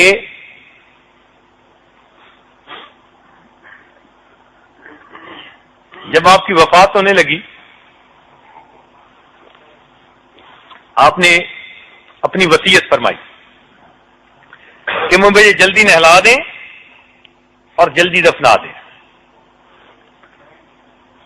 2-3 دفعہ اس کو دہرایا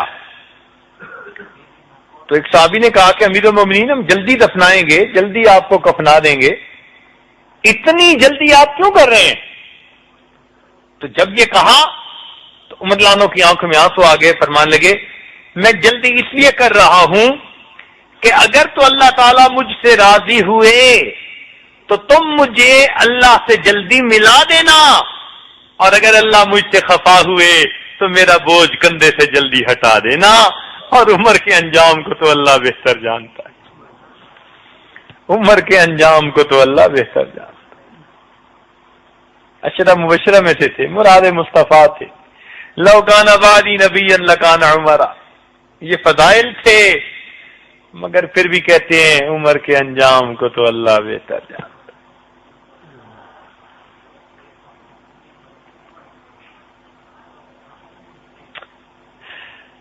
رابعہ بصریہ اللہ کی نیک بندی، کسی نے ان کو کھانے کے لیے بھنا ہوا مرغ لا کر دیا. انہوں نے جب بھنا ہوا مرغ دیکھا نا تو رونے لگ گئی. وہ لانے والا آدمی پریشان ہو گیا کہ پتہ نہیں کیا بات ہوئی. تو کہنے لگا کہ اماں آپ کیوں رو رہی ہیں؟ فرمانے لگی کہ مجھ سے تو یہ مرغ اچھا. وہ کیسے؟ فرمانے لگی اس لیے کہ مرغ کو پہلے ذبح کیا گیا، جب جان نکل گئی تب اس کو آگ پر ڈالا گیا، اور اگر قیامت کے دن رابعہ کے گناہ معاف نہ کیے گئے تو اسے تو زندہ حالت میں جہنم میں بھونا جائے گا. مجھ سے تو مرغ اچھا ہے. اس کی روح پہلے نکلی بعد میں بھونا گیا، اور رابعہ کو تو زندہ حالت میں جہنم میں بھونا جائے. عمر بن عبدالعزیز رحمۃ اللہ کے پاس ایک ان کی بڑھی آئی. اس نے کہا جی پہلے لوگ تو اپنی اولادوں کے لیے اتنا چھوڑ گئے، تم بھی کچھ جاگیریں وقف کر دو. کہنے لگے میں نہیں کر سکتا. وہ ذرا ناراض ہونے لگی کہ میں بڑی ہوں، تم کسی کی بات سنتے نہیں، مانتے نہیں، ضدی ہو. انہوں نے غلام کو کہا کہ بھائی ذرا کوئی سکہ لاؤ. وہ دینار لایا. کہنے لگے ایک گوشت کا ٹکڑا بھی لاؤ. تو دینار کو آگ میں ڈلوا دیا. جب لال سرخ ہو گیا تو اس کو گوشت پر رکھوایا تو گوشت جلنے لگا. اب جب گوشت جلتا ہے تو بو آتی ہے. تو وہ بڑھیا کہنے لگی کہ کیا ہوا تمہیں؟ دودھ جو ہے وہ تم نے بنا دیا. تو کہنے لگے اماں بو نہیں بنائی، آپ کو منظر دکھایا ہے کہ آپ عمر بن عبدالعزیز کو کہنے آئی ہیں کہ قیامت کے دن تمہارا اسی طرح حشر کیا جائے گا، تم بیت المال کے پیسے کو اپنے بچوں کے لیے وقف کر دو. میں نے تمہیں نمونہ دکھایا ہے کہ کل میرے ساتھ یوں ہی ہوگا. تو اتنا یقین ان کے دلوں میں بیٹھا ہوا تھا. اس لیے بھائی قیامت کے دن اللہ کے سامنے پیش ہونا کوئی چھوٹی بات نہیں ہے. اللہ کے محبوب اسی لیے کبھی کبھی کہتے تھے، حدیث پاک میں آتے ہیں، یا لیت رب محمد لم یقل محمدا. ایک آج کہ محمد صلی اللہ علیہ وسلم کا پروردگار محمد صلی اللہ علیہ وسلم کو پیدا ہی نہ کرتا، پیدا ہی نہ کرتا. سیدنا ابوبکر صدیق اللہ عنہ فرماتے تھے، یا لیتنی کنت عصفورا، ایک آج کہ میں کوئی پرندہ ہی ہوتا، مومن کے بدن کا بال ہوتا، مجھے میری ماں نے جنا ہی نہ ہوتا. چنانچہ عبداللہ ابن مسعود ایک صحابی ہیں، ان کے پاس ایک آدمی آیا اور کہنے لگا، یا لیتنی اکون من اصحاب الیمین، ایک آج کہ میں اصحاب یمین میں سے ہوتا. تو اس بات کو سن کر عبداللہ ابن مسعود اللہ عنہ نے فرمایا، یا لیتنی کنت اذا مت لم عبد، ایک آج کہ اگر میں مرتا تو میں دوبارہ اٹھایا ہی نہ جاتا. میری یہ تمنا ہے کہ میں اگر مرتا تو میں اللہ کے حضور اٹھایا ہی نہ جاتا. ایسے بڑے بڑے جلیل القدر صحابہ اس قیامت کے دن کی پیشی سے اتنا ڈرا کرتے تھے. اس لیے احادیث میں آیا ہے کہ اس دن نفس نفسی کا دن ہوگا. انبیاء تھراتے ہوں گے، سب لوگ اکٹھے ہو کر آدم علیہ السلام کے پاس جائیں گے کہ اے انسانوں کے باپ، آپ اللہ کے حضور عرض کیجئے کہ ہمیں اس مصیبت سے نجات دیجئے، حساب شروع کر لیجئے. حضرت آدم علیہ السلام کہیں گے، میں اللہ کے حضور حاضری نہیں دے سکتا، اس لیے کہ میں نے درخت کا پھل کھایا تھا. مجھے آج اس دن کی دہشت ناکی کی وجہ سے اللہ کے سامنے بات کرتے ڈر لگتی ہے، ڈر لگتا ہے. چنانچہ آدم علیہ السلام انکار فرما دیں گے. لوگ حضرت نوح علیہ السلام کے پاس جائیں گے، حضرت نوح علیہ السلام بھی انکار فرمائیں گے کہ میں نے بد دعا مانگی تھی جس کی وجہ سے ساری قوم کو غرق کر دیا گیا، اب میں اللہ کے حضور پیش ہوتے ہوئے ڈرتا. لوگ حضرت موسیٰ علیہ السلام کے پاس آئیں گے، وہ کہیں گے بھائی مجھ سے ایک قبطی مارا گیا تھا، میں اللہ کے حضور پیش ہوتے ہوئے ڈرتا. حضرت عیسیٰ علیہ السلام کے پاس آئیں گے، کہیں گے کہ بھائی نہیں،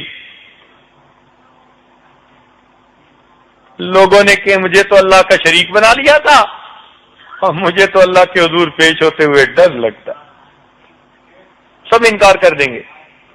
بالآخر ساری انسانیت نبی علیہ السلام کی خدمت میں حاضر ہوگی. حدیث پاک میں آتے ہیں کہ نبی علیہ السلام مقام محمود پر پہنچ کر سجدے میں جائیں گے. نبی علیہ السلام نے فرمایا میں اس دن اللہ تعالیٰ کی ایسی حمد بیان کروں گا نہ پہلے کسی نے کی نہ کوئی بعد میں ویسی حمد کرے گا. اور پھر نبی علیہ السلام سجدے کی حالت میں رونا شروع کر دیں گے. اللہ اپنے محبوب کو فرمائیں گے میرے محبوب آپ دنیا میں بھی روتے رہے سجدوں میں اور آج بھی سجدے میں رو رہے ہیں. سجدے سے سر اٹھائیے سل توتا آپ مانگیے جو مانگیں گے آپ کو ہم عطا فرما دیں گے. تو اللہ کے محبوب فرمائیں گے اللہ اپنے بندوں کا حساب لیجیے ان کو اس مصیبت سے جان چھڑائیے. فرمائیں گے اچھا کسی کو پیش کرو. کتابوں میں لکھا ہے کہ جب اللہ تعالیٰ فرمائیں گے پیش کرو تو نبی علیہ السلام سیدنا صدیق اکبر کو کہیں گے کہ تم پیش ہو جاؤ. جب کہیں گے تو صدیق اکبر رونا شروع کر دیں گے. اے اللہ کے نبی میں اپنے رب کے سامنے پیش نہیں ہو سکتا. اے اللہ کے نبی میں عمر کے آخری حصے میں آ کر مسلمان ہوا. آخری حصے میں آ کر مسلمان ہوا. زیادہ عرصہ میرا اسلام سے پہلے کا ہے عمر کا. میری عمر اس قابل نہیں کہ میں اللہ کے حضور پیش ہو جاؤں. انکار کریں گے. نبی علیہ السلام فرمائیں گے ابو بکر تجھے اللہ کے حضور پیش ہونا ہے. جب ابو بکر صدیق کو نبی علیہ السلام حکم دیں گے تو ابو بکر صدیق لانو ایک قدم آگے بڑھائیں گے. حدیث میں آتا ہے وہ بھی رونا شروع کر دیں گے. رونا شروع کر دیں گے اللہ میں پیش ہونے کے قابل نہیں ہوں میں حساب دینے کے قابل نہیں ہوں. اللہ تعالیٰ فرمائیں گے اور میرے محبوب کے یار غار تو نے میرے محبوب پر ایسے احسانات کیے ہوئے ہیں کہ اس کا بدلہ ہم نے اپنے ذمے لیا ہے.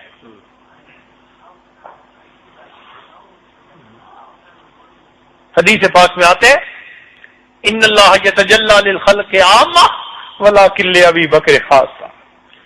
اللہ تعالیٰ قیامت کے دن مخلوق کے لیے عام تجلی فرمائے گا مگر ابو بکر کے لیے خاص تجلی فرمائے گا. اللہ رب العزت مسکرا کر دیکھیں گے ابو بکر صدیق کی طرف. تم روتے ہو اور تمہارے تو احسانات ہیں میرے محبوب پر اور ان احسانات کا بدلہ میں نے دینا ہے. نبی علیہ السلام نے فرمایا میں نے دنیا میں سب کے احسانات کے بدلے دے دیے ابو بکر تیرے احسان کا بدلہ اللہ دے گا.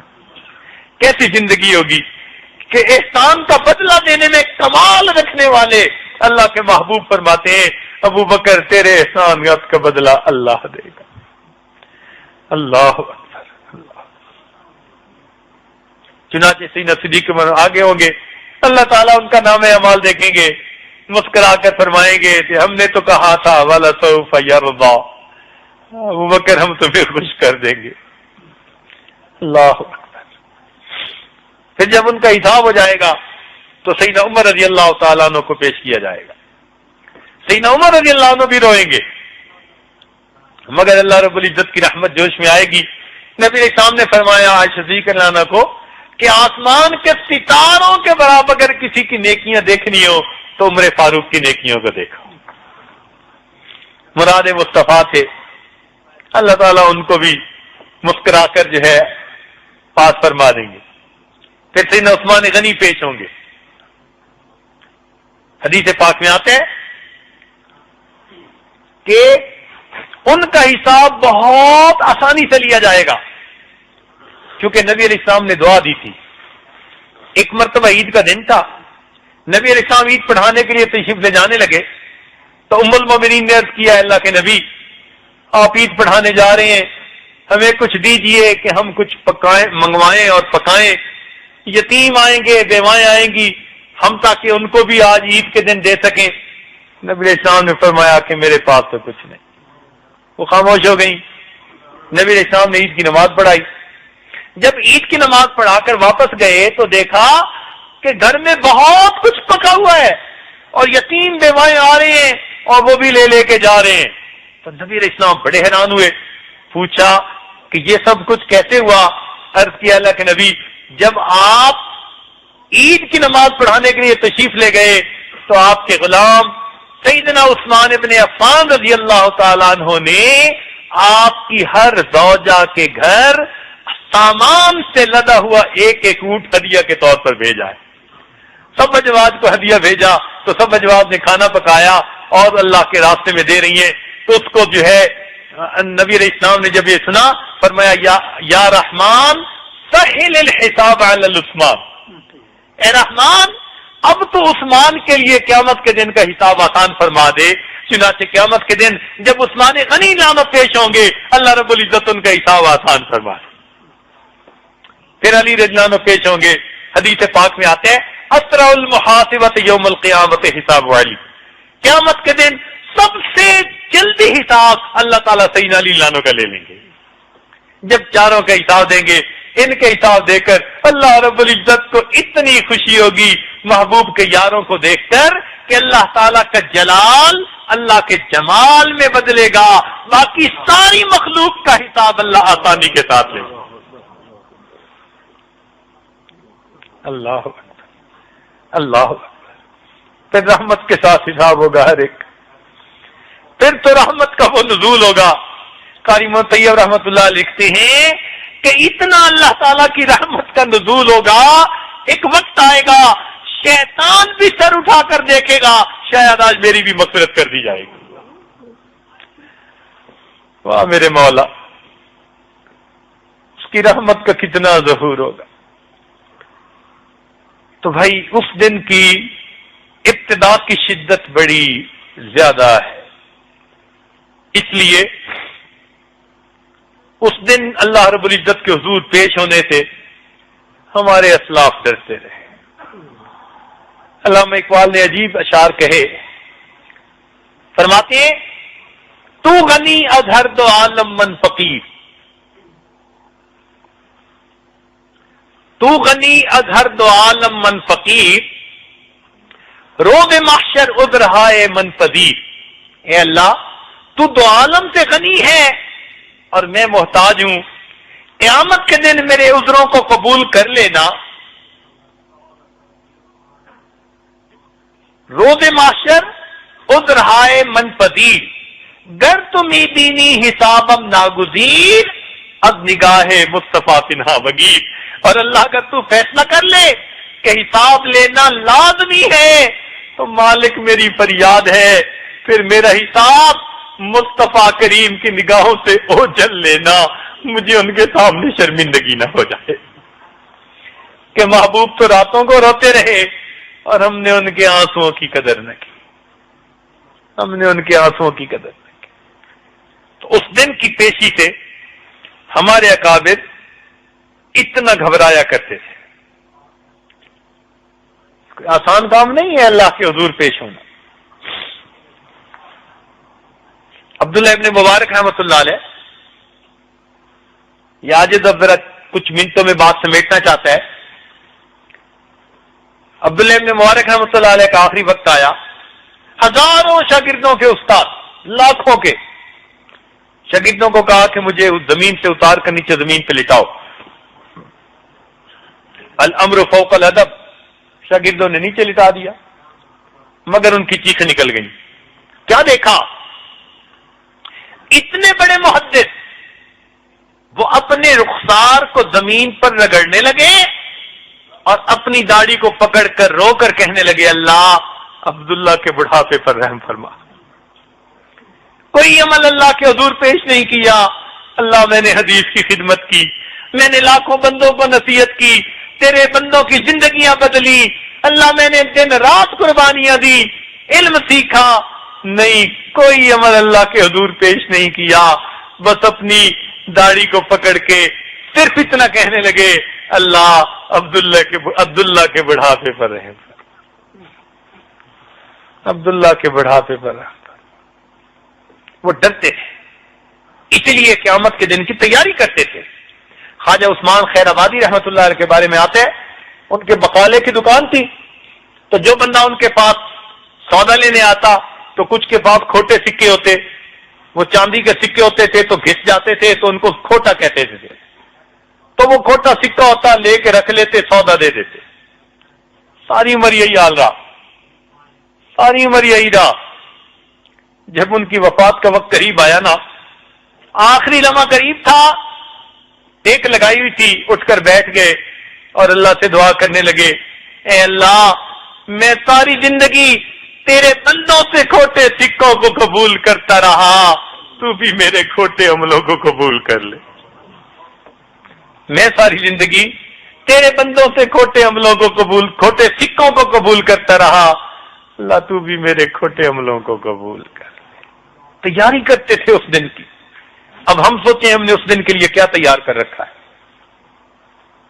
تو پھر ہمیں احساس ہوگا کہ ہم نے اس دن کے لیے کچھ تیاری نہیں کی۔ وہ دن بڑا مشکل ہے۔ محمد شاہ مکران کا بادشاہ گزرا ہے، ایک دفعہ یہ جنگل میں گیا شکار کھیلنے کے لیے، ایک بڑھیا کی گائے تھی، اس کے پولیس والوں نے اس کی گائے کو ذبح کر کے اس کے کباب بھون کے کھا لیے۔ بڑھیا نے اسے کہا کہ بھائی مجھے کچھ پیسے دو، کوئی اور گائے لے لوں، اسی کے دودھ پہ میرا گزارا تھا۔ انہوں نے بات ہی نہ سنی، بڑی پریشان، کسی شخص سے مشورہ کیا میں کیا کروں۔ اس نے کہا بادشاہ نرم دل ہے، تم بادشاہ کو اپنی بات پہنچاؤ، وہ تمہیں کمپنسیٹ کر دے گا۔ اس نے کہا پولیس والے تو جانے نہیں دیتے۔ اس نے کہا میں تمہیں طریقہ بتاتا ہوں کہ بادشاہ نے 2 دن کے بعد واپس جانے، اور اس کے گھر کے راستے میں دریا ہے، اور دریا پر ایک ہی پل ہے، یہ اس پل سے گزرے گا، تم پل پہ پہنچ جاؤ اور محمد شاہ سے وہاں اپنی بات کر لینا۔ بڑھیا وہاں پہنچ گئی۔ جب محمد شاہ وہاں پہنچا، بڑھی آگے بڑھی، اس نے سواری کی لگام کو پکڑ لیا۔ محمد شاہ کہنے لگا اماں کیا بات ہے، سواری کیوں روکی؟ کہنے لگی میرا تیرا ایک معاملہ ہے، ذرا نیچے آ کے سن لے۔ یہ نیچے اترا، کہنے لگا اماں بات کیا ہے؟ اس نے کہا کہ محمد شاہ میرا اور تیرا ایک مقدمہ ہے، یہ پوچھنا چاہتی ہوں اس پل پہ حل کرنا چاہتا ہے یا قیامت کے دن پل سے رات پہ حل کرنا چاہتا ہے؟ اس پل پہ حل کرنا چاہتا ہے یا قیامت کے دن پل سے رات پہ حل کرنا چاہتا ہے؟ بس اس نے یہ الفاظ کہے، کہتے ہیں بادشاہ کو پسینہ آ گیا۔ 70 گایوں کی قیمت دی اور معافی مانگی اور کہا اماں معاف کر دینا، میں قیامت کے دن پل سے رات پہ کوئی مقدمہ پیشی نہیں کر سکتا۔ آسان کام ہے کہ کوئی بندہ کہے کہ میں قیامت کے دن پیش ہونے کے قابل ہوں؟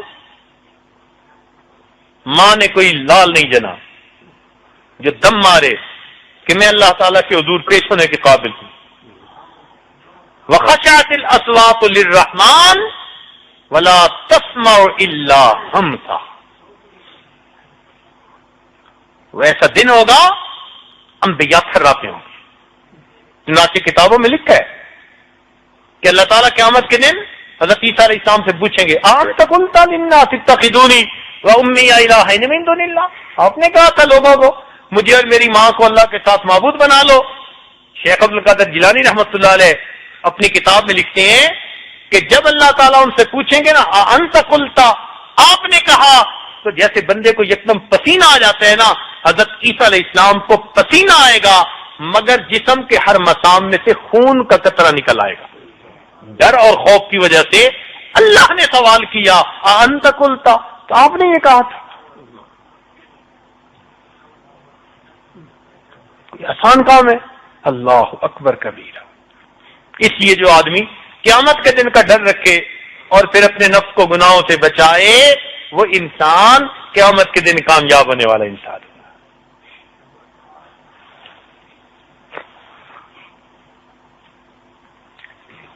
امام شافعی رحمۃ اللہ کے زمانے میں وقت کا حاکم ایک پریشانی کا شکار ہوا کہ بیوی روٹھ گئی۔ اب وہ چاہتا تھا کہ اس کو منائے اور بیوی غصہ کر گئی تھی۔ ایک دن اس نے اس کو زیادہ منانے کی کچھ کوشش کی، وہ جتنا مناتا وہ اتنا اور اس سے ناراض ہوتی، حتیٰ کہ اس عورت نے غصے میں اس کو کہہ دیا کہ جہنمی میں تیری شکل نہیں دیکھنا چاہتی۔ جب اس نے جہنمی کا لفظ کہہ دیا نا تو وہ بھی حاکم تھا، اس نے غصے میں کہہ دیا اگر میں جہنمی تو تجھے 3 طلاق۔ اب جب غصہ دونوں کا ٹھنڈا ہوا تو بادشاہ بھی سوچنے لگا کہ پورے ملک میں ایسی خوبصورت لڑکی تو اور ہے نہیں، میں بھی نہیں اس کو اپنے سے جدا کرنا چاہتا. اور بیوی کا دماغ ٹھنڈا ہوا تو وہ بھی سوچنے لگی کہ جو عزت بادشاہ کی وجہ سے میری ہے اس کے بغیر تو نہیں ہوگی. اب دونوں چاہتے تھے کہ بھئی ذرا سلو ہو جائے، مگر طلاق مشروط تھی. تو اب بادشاہ سے بیوی نے پوچھا کہ بھئی طلاق کا پتہ کریں واقع ہو گئی کہ نہیں ہوئی. اس نے علماء سے پوچھا. علماء نے کہا جی ہم تو جواب نہیں دے سکتے اس لیے کہ طلاق مشروط ہے. اگر میں جہنمی تو تجھے 3 طلاق. تو کون فیصلہ کرے کہ آپ جہنمی ہیں یا نہیں؟ اب تماشا بن گیا. It became the talk of the town. اب جس کو یہ مسئلہ پتہ چلے وہ کہے جی کہ کوئی اس کا جواب نہیں دے سکتا. عجیب کیفیت ہے. کسی نے امام شافعی رحمۃ اللہ کو بتایا، وہ مان لگا میں اس کا جواب دے سکتا. چنانچہ کسی نے بادشاہ کو اطلاع دی جی کہ فلاں بزرگ ہے، اس نے دعوت دی ان کو اور کہا جی کہ میں اس مصیبت میں مجھے نکالیں. ان کا میں اس کا جواب دے سکتا ہوں مگر مجھے آپ سے ایک بات پوچھنی پڑے گی. تنہائی میں اس نے بندوبست کر دیا تنہائی کا. انہوں نے بادشاہ سے پوچھا کہ یہ بتاؤ آپ کی پوری زندگی میں کوئی ایسا موقع ہو کہ آپ کسی گناہ کو کرنے کی قدرت رکھتے ہوں مگر اللہ کے ڈر سے آپ نے گناہ کو چھوڑ دیا. بادشاہ نے سوچ سوچ کر کہا ہاں ایک واقعہ پیش آیا.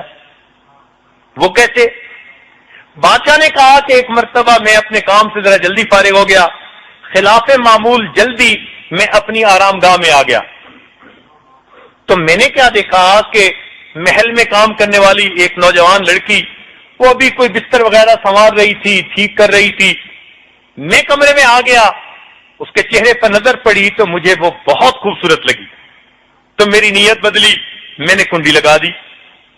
اب جیسے ہی میں نے کنڈی لگائی وہ لڑکی پہچان گئی کہ بادشاہ کی نیت ٹھیک نہیں. میں نے اس کی طرف قدم اٹھایا تو وہ بچی مجھے دیکھ کر کہنے لگی یا ملک اتق اللہ، اے بادشاہ اللہ سے ڈر. اتنی تقیہ نقیہ خوف خدا رکھنے والی وہ بچی تھی. کہنے لگے اس نے ایسے انداز سے کہا اتق اللہ، اللہ سے ڈر، کہ اللہ کی ہیبت میرے دل پر طاری ہو گئی اور میرے رونگٹے کھڑے ہو گئے. اور میں نے دروازہ کھول دیا، اچھا جا چلی جا. اگر میں دروازہ نہ کھولتا میں اس کے ساتھ اپنی خواہش پوری کر سکتا تھا. بادشاہ تھا، مجھے کون پوچھنے والا تھا، مگر اللہ کے ڈر سے میں نے گناہ نہ کیا. جب انہوں نے یہ واقعہ سنا تو انہوں نے اس کو کہا کہ میں فتویٰ لکھ کے دیتا ہوں کہ آپ کی بیوی کو طلاق واقع نہیں ہوئی. اب جب یہ فتویٰ علماء کے سامنے آیا تو سب علماء نے ان سے پوچھا کہ جی آپ کیسے ہیں، یہ تو مشروط طلاق تھی کہ اگر میں جہنمی تو آپ کیسے فیصلہ کر سکتے ہیں کہ یہ جنتی ہیں جہنمی؟ تو انہوں نے کہا کہ جناب یہ فیصلہ میں نے نہیں کیا، یہ فیصلہ خود قرآن پاک میں اللہ تعالیٰ نے کیا ہے. یہ فتویٰ میں نے نہیں دیا، یہ فتویٰ پروردگار نے دیا ہے. اللہ تعالیٰ بھی تو حافظ ہیں، قاری ہیں، مولانا ہیں اور مفتی بھی ہیں، ماشاءاللہ سب کچھ ہیں. ہم نہیں پڑھتے فاللہ خیر حافظا، تو حافظ بھی ہوئے. سنقرئک فلا تنسا، تو قاری بھی ہوئے. انت مولانا، تو مولانا بھی ہوئے. اور واللہ یفتیکم فی الکلالہ، اللہ کلالہ کے بارے میں تمہیں فتویٰ دیتا ہے، مفتی بھی ہوئے. ماشاءاللہ یہ سب کتنی مزے کے الفاظ ہیں. اللہ کی شان، علماء کی خوش نصیبی، یہ الفاظ ان کے لیے لوگ استعمال کرتے ہیں. تو میرے مولا تخلقوا باخلاق اللہ، اس کا نمونہ دیکھو. پروردگار نے فرمایا اللہ کے اخلاق سے اپنے آپ کو مزین کرو. یہ علماء وہ خوش نصیب لوگ ہیں دنیا میں جو الفاظ اللہ کے لیے استعمال کیے جاتے ہیں وہ لوگوں کے لیے، ان علماء کے لیے استعمال کر دیتے ہیں. اللہ کیسے خوش نصیب. تو انہوں نے کہا جناب فتویٰ میں نے نہیں دیا، فتویٰ قرآن نے دیا. جی قرآن نے فتویٰ کیسے دیا؟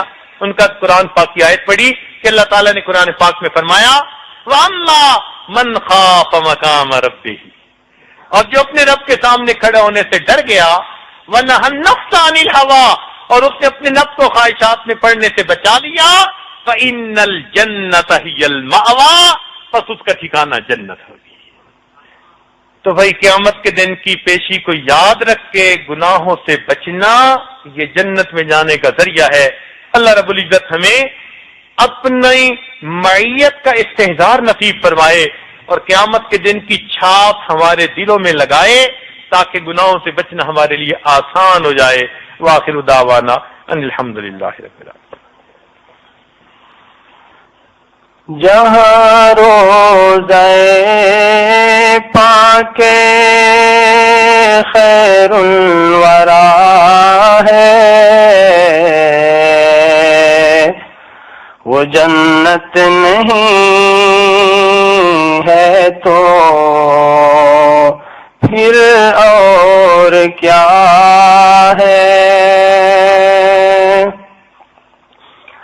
جہاں روضہ پاک خیر الورا ہے، وہ جنت نہیں ہے تو پھر اور کیا ہے؟ کہاں میں کہاں یہ مدینے کی گلیاں، یہ قسمت نہیں ہے تو پھر اور کیا ہے؟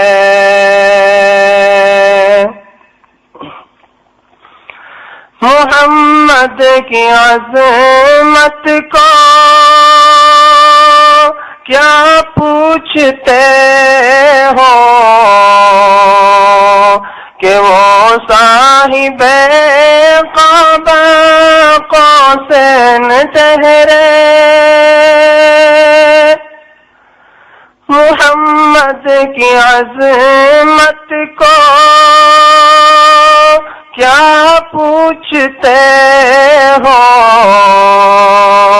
کہ وہ صاحب قاب قوسین ٹھہرے؟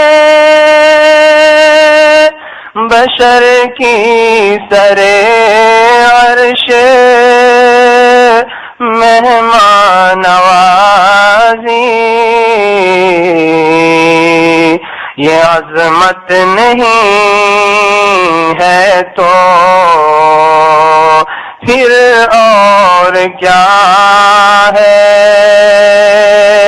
بشر کی سرے عرش مہمان نوازی، یہ عظمت نہیں ہے تو پھر اور کیا ہے؟ جو عاصی کو کملی میں اپنی چھپا لے، جو دشمن کو بھی زخم کھا کر دعا دے، جو عاصی کو کملی میں اپنی چھپا لے، جو دشمن کو بھی زخم کھا کر دعا دے، اسے اور کیا نام دے گا زمانہ؟ وہ رحمت نہیں ہے تو پھر اور کیا ہے؟ اسے اور کیا نام دے گا زمانہ؟ وہ رحمت نہیں ہے تو پھر اور کیا ہے؟ قیامت کا ایک دن معین ہے لیکن ہمارے لیے ہر نفس ہے قیامت. قیامت کا ایک دن معین ہے لیکن ہمارے لیے ہر نفس ہے قیامت. مدینے سے ہم جان ساروں کی دوری قیامت نہیں ہے تو پھر اور کیا ہے؟ مدینے سے ہم جان ساروں کی دوری قیامت نہیں ہے تو پھر اور کیا ہے؟ تم اقبال یہ نعت کہتا رہے ہو مگر یہ بھی سوچا کہ کیا کر رہے ہو؟ تم اقبال یہ نعت کہتا رہے ہو مگر یہ بھی سوچا کہ کیا کر رہے ہو؟ کہاں تم کہاں مدح ہے ممدوح ہے یزداں یہ جرت نہیں ہے تو پھر اور کیا ہے؟ کہاں تم کہاں مدح ہے ممدوح ہے یزداں یہ جرت نہیں ہے تو پھر اور کیا ہے؟ جہاں روضہ پاک خیر الورا ہے وہ جنت نہیں ہے تو پھر اور کیا ہے؟ کہاں میں کہاں یہ مدینے کی گلیاں یہ قسمت نہیں ہے تو پھر اور کیا ہے؟ اللهم صل على سيدنا محمد وعلى آل سيدنا محمد وبارك وسلم. اے مالک ہم آپ کے عاجز مسکین بندے ہیں، ہمارے گناہوں کو معاف فرما، ہماری خطاؤں سے درگزر فرما، ہمارے عیبوں کی پردہ پوشی فرما. اللہ ہماری نگاہوں کو پاک فرما، ہمارے دلوں کو صاف فرما، ہمارے سینوں کو اپنی محبت سے لبریز فرما، اپنے عشق کی آتش ہمارے سینوں میں پیدا فرما، ہمارے انگ انگ سے اپنے ذکر کو جاری فرما، روئے روئے سے اپنے ذکر کو جاری فرما، ہڈی ہڈی بوٹی بوٹی میں اپنی محبت پیدا فرما. اے مالک ہمارے حال پر رحمت کی نظر فرما. قیامت کے دن اللہ ہمیں رسوائی سے محفوظ فرما، شرمندگی سے محفوظ فرما.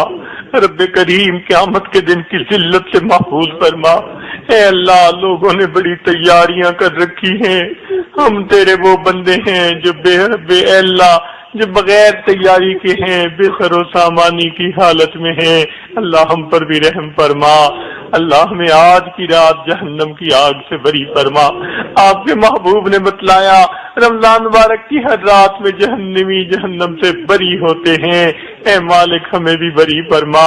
اللہ ہم سے تو دھوپ کی گرمی برداشت نہیں ہوتی، اللہ ہم سے جہنم کی گرمی کہاں برداشت ہوگی۔ اے اللہ آپ نے قرآن پاک میں فرمایا یوم یسأل الصادقین عن صدقہم، کہ قیامت کے دن آپ سچوں سے ان کی سچائی کے بارے میں بھی پوچھیں گے۔ اللہ جن کو آپ خود سچا کہتے ہیں ان سے بھی آپ سچائی کے بارے میں پوچھیں گے، تو پھر ہم جیسے جھوٹوں کا کیا حال ہوگا؟ اللہ ہمارا کیا حال ہوگا؟ اللہ رحمت فرما دینا، میرے مولا کرم فرما دینا۔ ہم دو رنگی کی زندگی گزارتے پھر رہے ہیں، ہم پر رحمت کی نظر فرما دینا۔ اے اللہ ہمارے ساتھ کرم کا معاملہ فرمانا۔ اے اللہ ہم لوگوں کے ساتھ بناوٹ کر لیتے ہیں، آپ کے دربار میں بناوٹ چل نہیں سکتی۔ اللہ کرم کا فیصلہ فرما دینا، رحمت کا معاملہ فرما دینا۔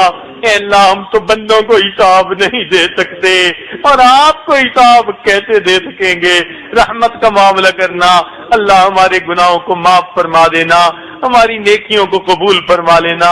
اللہ ہمارے ساتھ درگزر کا معاملہ فرمانا۔ قیامت کے دن اے اللہ ہمیں بھی اپنی تجلیات عطا فرما دینا، ہمیں بھی اپنا دیدار عطا فرمانا، اپنے محبوب کے ہاتھوں حوض کوثر کا جام عطا فرمانا، ان کے جھنڈے نیچے حاضری نصیب فرمانا۔ اے اللہ ہماری ان دعاؤں کو اپنی رحمت سے قبول فرما۔ جہاں جہاں تک آواز جا رہی ہے، مردیں یا عورتیں جو بھی آمین کہہ رہے ہیں، اللہ سب کو اپنے مقبول بندوں اور بندیوں میں شامل فرما۔ اے اللہ جو گناہ کیے ان کو معاف فرما، آئندہ نیکوکاری کی زندگی نصیب فرما۔ اے اللہ حاضرین محفل کے دل کی جو بھی نیک تمنائیں ہیں اپنی رحمت سے ان کو پورا فرما۔ ہمارے والدین عزیز اقارب مشائخ جو فوت ہو چکے ان کی مغفرت فرما، جن کی مغفرت کر دی قرب کے اعلیٰ درجات عطا فرما۔ دنیا میں ہدایت کی ہواؤں کو چلا، جہاں جہاں بھی مسلمان پریشان ہیں اللہ سب کی پریشانیوں کو دور فرما، امت مسلمہ کو عزت رفتہ نصیب فرما۔ اے اللہ جنہوں نے دعاؤں کے لیے پیغام دیے، کہا، وعدے لیے، جن کے ہم پر حقوق آتے ہیں ان کو ان سب دعاؤں میں حصہ نصیب فرما۔ قیامت کے دن ان کے حقوق سے سبکدوش فرما۔ ربنا تقبل منا انک انت السمیع العلیم تب علینا انک انت التواب الرحیم۔ صلی اللہ تعالی علی حبیبہ سیدنا محمد وآلہ واصحابہ اجمعین برحمتک یا ارحم الراحمین۔